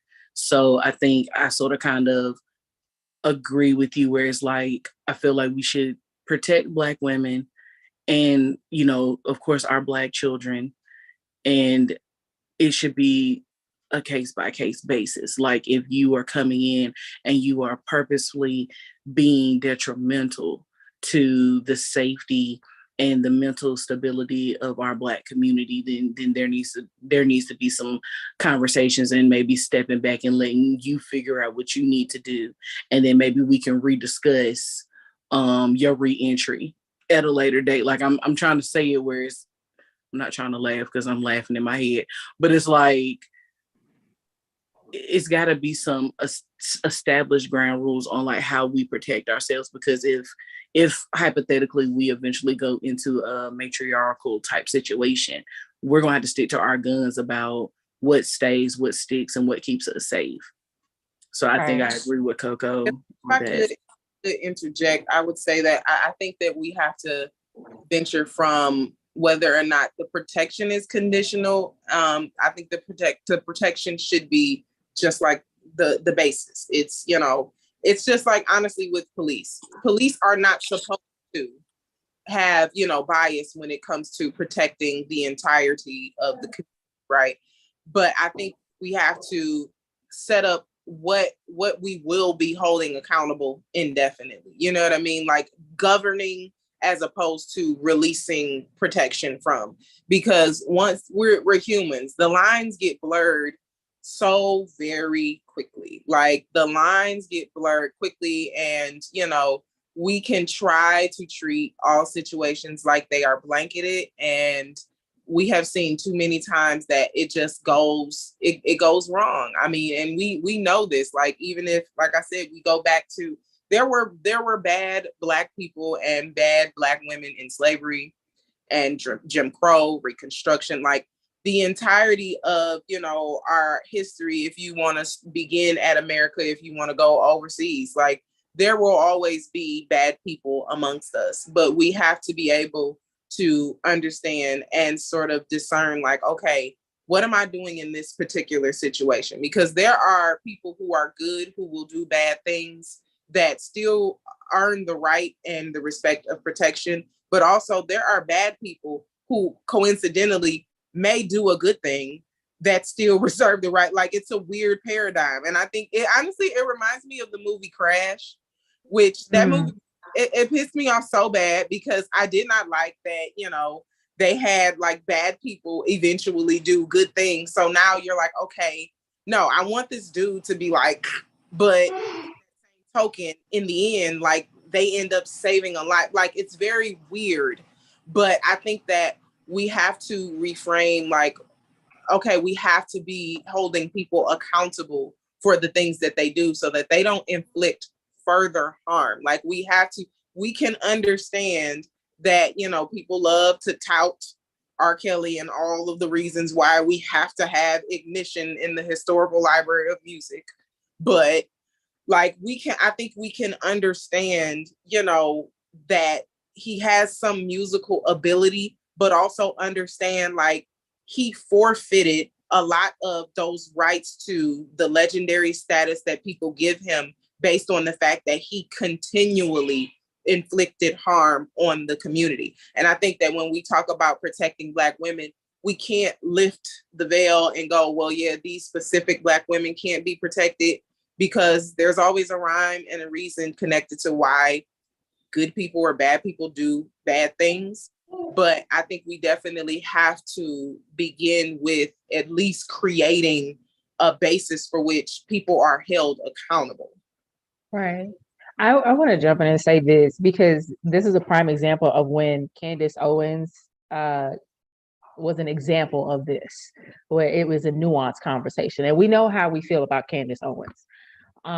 But there was a TikTok creator who was not Black and said that they don't even consider Candace Owens to be a Black woman when they see Candace Owens.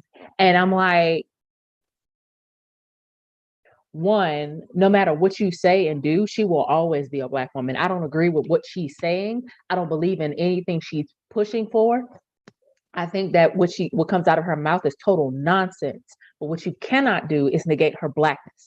You cannot negate her womanness. You cannot negate her Black womanness. She is a Black woman who has a difference of opinion, a dangerous difference of opinion when it comes to our community, but she is still a Black woman, and it is not your place to decide that she is not good enough to be considered a Black woman, because you yourself are not Black, nor a woman, nor a Black woman. So it becomes these nuanced conversations where we see the detrimental behaviors of people in our own communities that puts us in these tight spots where we can't have this blanketed statement of saying we won't protect you.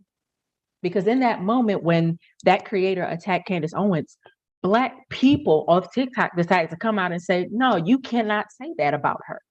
We're not defending anything that comes out of her mouth, but that part is where we draw the line.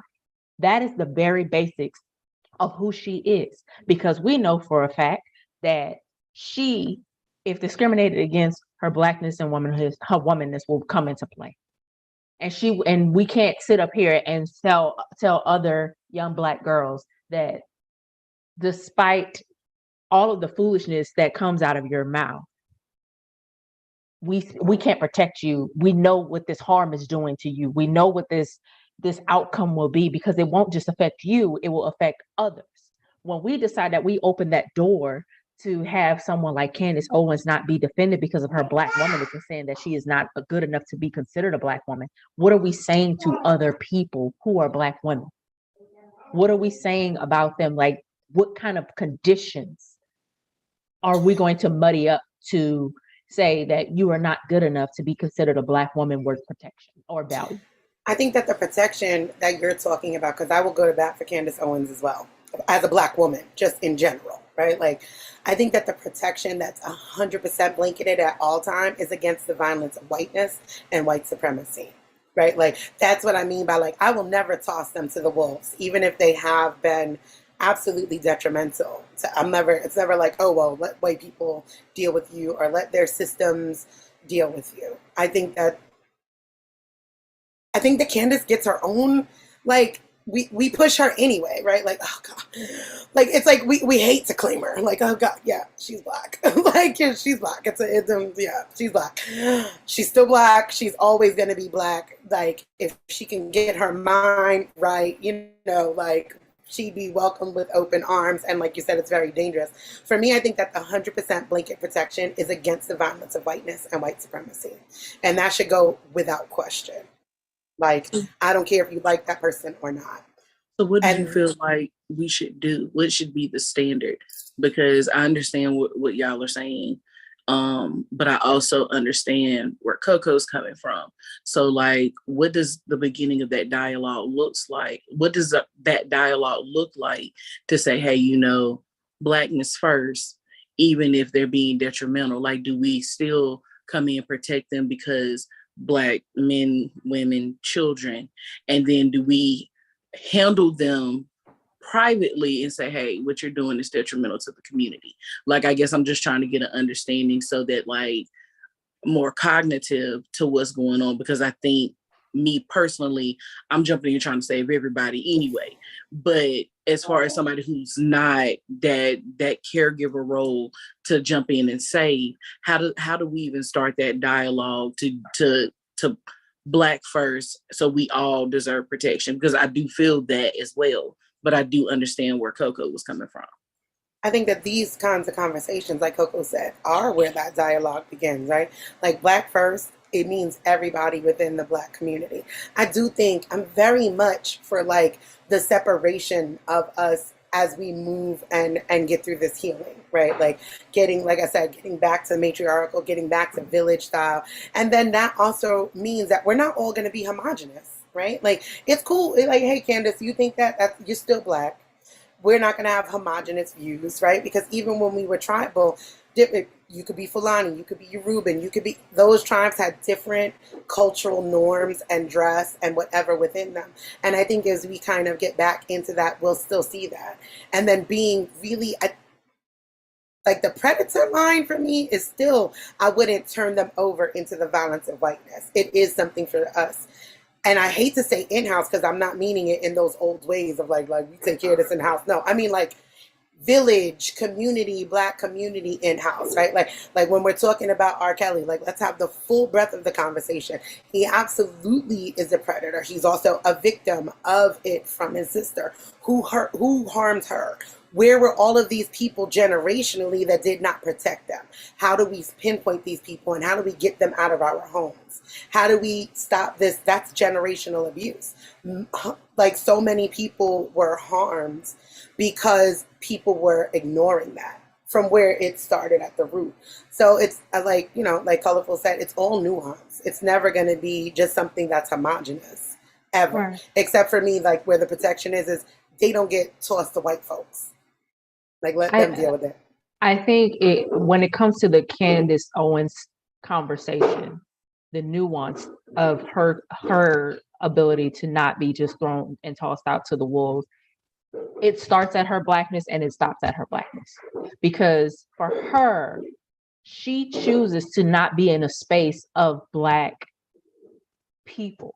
You look at her wedding, you look at her where she gets her platform, you look at her rhetoric that she spews, it is not for the goodness of the Black community. It is not to see us succeed. However, what I look at when we have these conversations, when it's someone outside of our community that talks about a Black person not being good enough to be considered Black, that is a line that needs to be drawn and a conversation needs to be had with that person because one, they are not from within the community to have that conversation. Two, it is also a place of calling in a person like Candace Owens and saying, what you're doing is harmful to the community. It is not helpful at all. You are going to put us in a worse situation than we already in. And if that person who, like Candace Owens, does not want to hear what we have to say, she has made it very clear that she is not here for the upward mobility for Black people. She is not. When it comes to her defense starts and stops at us defending you for someone calling you out and saying that you are not worthy of being considered an actual Black person, because that is what you are. You are a Isaiah Montgomery kind of Black person, who decided that he was going to sell out Black people at the Mississippi Convention in 1897 when they were trying to get upward mobility for Black people. Remember, these people are not new in our community. There have been people throughout our communities who have been willing to throw us under the bus for closeness and proximity to whiteness for centuries.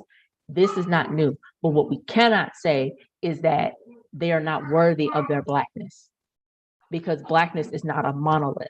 Blackness exists in many aspects. And so, but when it comes to the consistency of what needs to be considered to be helpful to our community, we need to make sure that we put those people who are within our community that's causing harm to our community in a place that has nothing to do with what it looks like for us to succeed as a community. So the Robert Kellys, the Tory Lanes, the Aries Spears, the Candace Owens, all of them need their own little genre of Blackness, or they can all be sitting in the same bucket, because the bucket is harmful and detrimental to our community overall.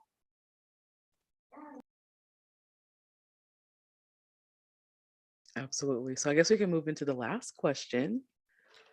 I didn't want to hold y'all for too long. It's almost 8 o'clock. I didn't know it was going to go this long. So the last question I guess it kind of ties in, is how can we disagree or conflict and still protect Black women in the process?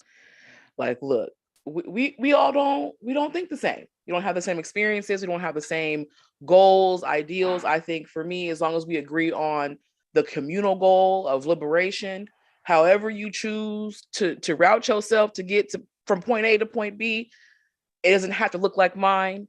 And you know, we're humans. We conflict a lot. But we as Black women, how can we conflict, disagree, have discourse, and still remain in that bubble of I'm still gonna protect you and you're gonna still protect me because that's how we roll? I think if we establish respect from the beginning, just my thoughts, if we establish respect from the beginning, even if we're in a situation where things can get a little heated, be mindful of tone, be mindful of, you know, I have high regards and respect for this person. So even though I don't agree, I still want to be mindful of my actions and hold myself accountable to say, hey, you know, hey friend, now I love you, but this is my thoughts on it. And she can rebut and be like, hey, even though we disagree, I still love you. I've learned over the years that I can respect you, but if you don't respect me, it's still gonna go left, even if we agree to disagree. So I feel like if we start with being mindful of how we talk, even like still get our point across, but be mindful like that. I don't want to ever be rude to any of y'all. And sometimes my tone might come off, you know, a certain type of way, but then be mindful to say, hey, you know what? I was a little hype right then. Like when we was talking about Nikki, I felt it and I was like, hold on, wait, they ain't do it to me. I was already down the YouTube rabbit hole. They wasn't there with me. Y'all didn't go with me to that rabbit hole. But I try now at 35 to be mindful. Even if I don't agree, to be mindful and say, hey, you know, I want to be respectful and convey what I'm trying to say in a respectful manner. And I still feel like people should be able to agree to disagree, but I know everybody doesn't have that mindset. And I can only be accountable for myself. I think we have to be prepared that it's work. Right. That it will not be an easy journey. And, you know, for a lot of what we will see is a lot of pushback. There are people who genuinely feel, and, you know, I say this all the time, I have to mention to people that I am a Christian. And a lot of people are always like kind of either annoyed or flabbergasted or whatever by that. But they are, because I still have an understanding of basic human rights. I don't have to agree with what it is you desire to do to understand that you have the right to do it. Like, as long as it doesn't infringe on someone else's, like, their life, their livelihood, if it's not doing that, if it's not a direct threat to them in some physical, emotional, or physiological way, I can understand that you reserve that right. And a lot of people are very confused by that, but it's because of the fact that we have to constantly be learning. That's the one that I tell my kids that all the time. It doesn't matter about what you learn or, you know, about grades or anything like that. You have to always have a willingness to learn, because there are things that you're going to know and understand about people that will make it make sense why they are the way they are. But nevertheless, like, you don't have to earn respect from me. You got my respect just off the bat. You're a human person. You have my respect. Can you dial that down by some of your actions? Sure you can. You can take some of those points off as you go, but nevertheless, you reserve that respect from the beginning. And I think that it won't ever be a case of, you know, just blanket, we protect everybody. You know what I mean? We protect all people within the Black community. We protect all Black women, because that will still leave us susceptible to some of the same violence. That will still leave us susceptible to some of the same, you know, economic issues or, you know, whatever. But I think it's just a common understanding that me as a person individually and the people around me, I have to be ever learning. They have to be ever learning. I have to share with them the information that I have. They have to correct me on some of the misinformation that I have. and just being willing to not only have these kinds of conversations, but also like not be afraid of having conversations outside of this. You will have conversations with people where you're gonna get a little rude and you're gonna get a little funky. You know what I mean? Like that comes with the territory as well. I tell people all the time, I am an educated woman, I'm a Christian woman, I'm a wife, I'm a mother, but baby, I could be a stereotype, okay? I got cousins that do things that I can't legally say on YouTube. I have, uncles who've done stuff that I would never, ascribe to. So don't ever confuse the fact that, my respectfulness towards you doesn't mean that I don't have that humanness and that I don't get offended. But we have to just be prepared that this will be a revolving wheel when it comes to the fight to protect not only Black women, but the Black community and then the human community at large. I think that's a huge key to it. It's really just seeing each other as human beings.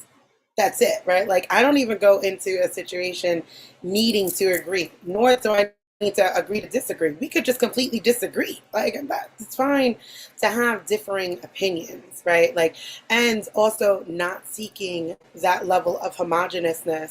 Is that a word? It is now. That whiteness creates, right? Like, that they give us these boxes and this is how it's supposed to be, because that's the boxes that they gave themselves: cis, hetero, Christian, able-bodied, and this is the prototype of the perfect human. And we, again, back to divesting from that whiteness, is like, look at all of us on the panel. We all completely look different, but Black first, right? Like, that simple. I have no idea how people are living, who they're with, and it's none of my business. Just looking at y'all and seeing that y'all are family is really how that needs to kind of come about. Like, yo, we are family, and we're all here trying to figure it out and really sort through the trauma. And that needs to be, at least for me, the way I kind of do any of my work, is like recognizing that this is trauma work. None of us asked to be here, right? Like, unless you have come over and you are like, that was a choice. Most of us right here are probably descendants of enslaved people. And that's just the reality. And there's major trauma that comes with that. And unpacking that and seeing each other and recognizing that a lot of these escaping, like to the point of like Candace Owens, a lot of these tactics that we use it's a response to the trauma. It's reactive, right? Like, okay, how do I become the safest? How do I maneuver in this world where white is always right? And if we are divesting from that and seeing each other like, look, okay, can we take a pause? Because obviously it's not working for them. It damn sure doesn't work for us. So what does this look like? And it's cool. Okay, you think that, or like, like Colorful said, okay, y'all are in a whole bucket by yourself over there, because we're not accepting that within the community. We may not toss you out, like I said, to the wolves, but you are not allowed to be in proximity to us if you're harmful to us, which in cases like Candace Owens, they choose that and by themselves, right? Like that's an automatic. You've chosen your proximity, you've moved out of that. So I think that it's just a consistent work, like consistently working, knowing it's going to take a whole lot, because we're not just undoing 400 years of trauma, Right. And really trying to unpack it. I'm sorry. Very good. I just want to say really quickly, because I know you're on time, Coco. I believe that we can disagree about what protection for Black women looks like unless it strips you of your humanity. Because the same can be said about how we view people who are not Black and how they decided to vote against our best interests and our liberation because race wasn't a factor. Racism wasn't a deal breaker. For us, it shouldn't be protection, like violence against Black women isn't a deal breaker for some people, whether that's mentally, physically, or emotionally. For some people, violence against Black women is not a deal breaker. And it strips Black women of their humanity, which is why I gave the example of Candace Owens. It should not strip us of our identities. It should not strip us of our humanity. So we can disagree all day long. Like I disagree with everything Candace Owens says. I disagree with every right of Tory Lanez being able to live into the U.S. Without being deported for what he did to Meg Thee Stallion.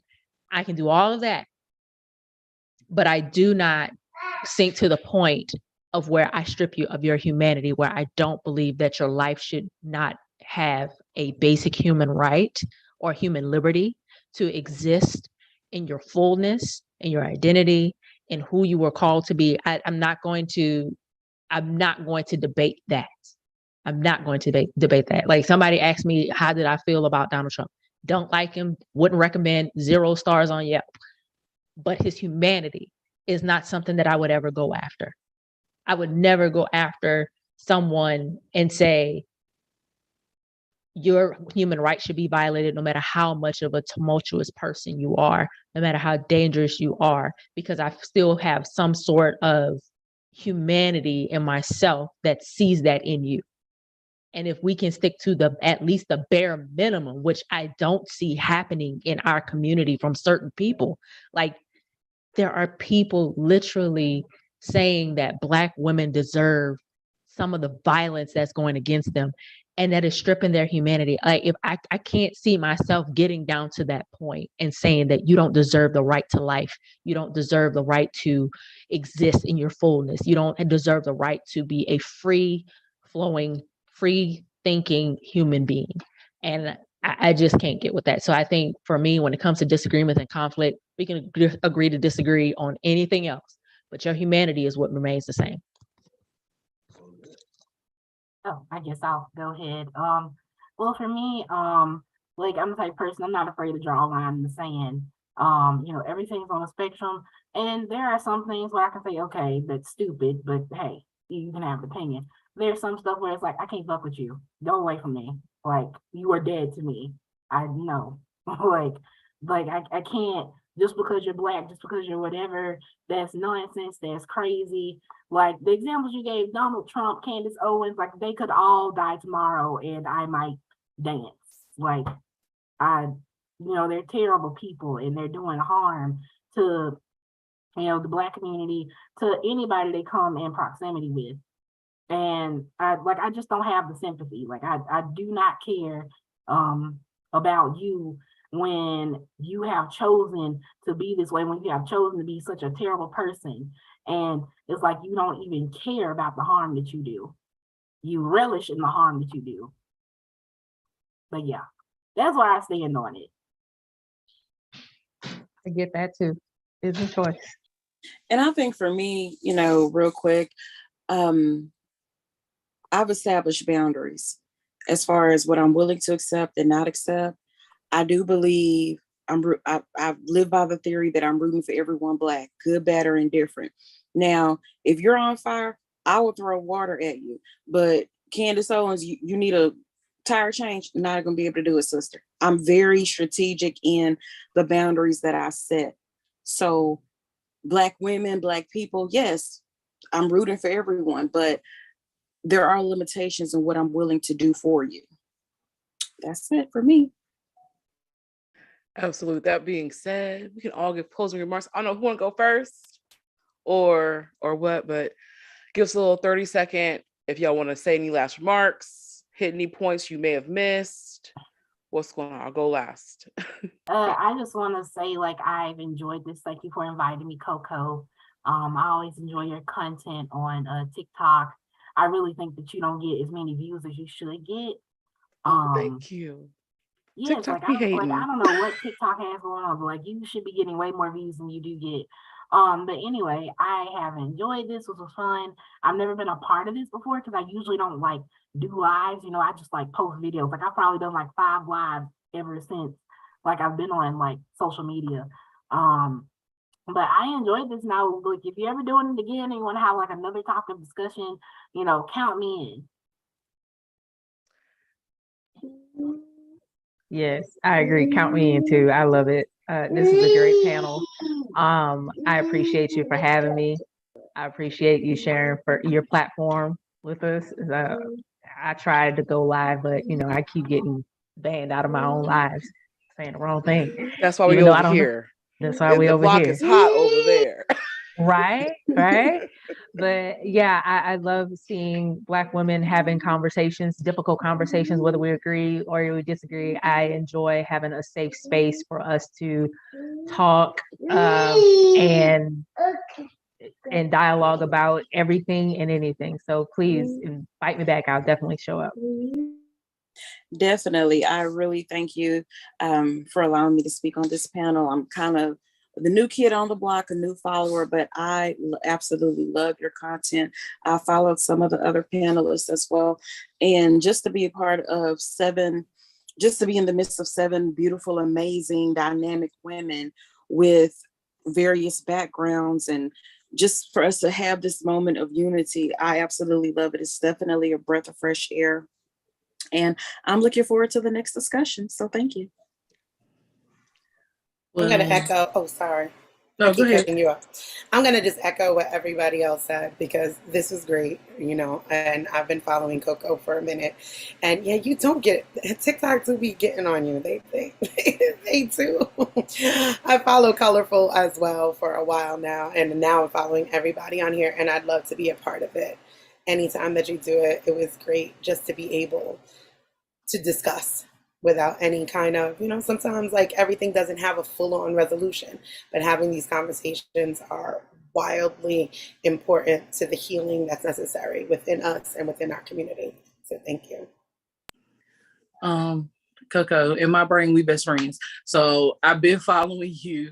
I'm pretty positive TikTok be tripping because I was following Color Story at one point, and Maria Nova, I know I was following you too, and they've been taking people off, so I got to go back and refollow people.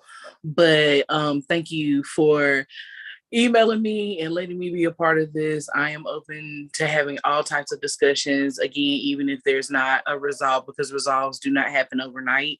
I feel like it is very important that the dialogues are happening, and even if people can take understanding from our personal experiences and be able to come to some type of conclusion and resolve within themselves, the overall goal is being able to build the community that we all need to be able to support each other.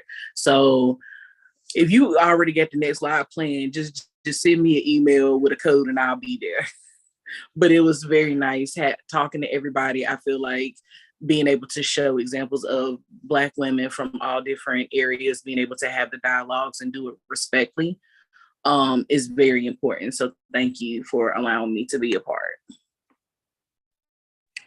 Same. I just appreciate, being here, being able to discuss, to freely share my thoughts. I think all of you ladies are just really, really spectacular.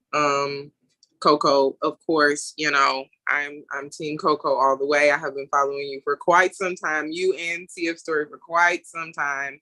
And I have never been disappointed with the content that you guys are willing to take on. Like, it is refreshing to see people who are just so kind but unapologetic. Like, I if you do this again, I absolutely, even if I just got to be in the comments like beefing up the live, I'm fine with that.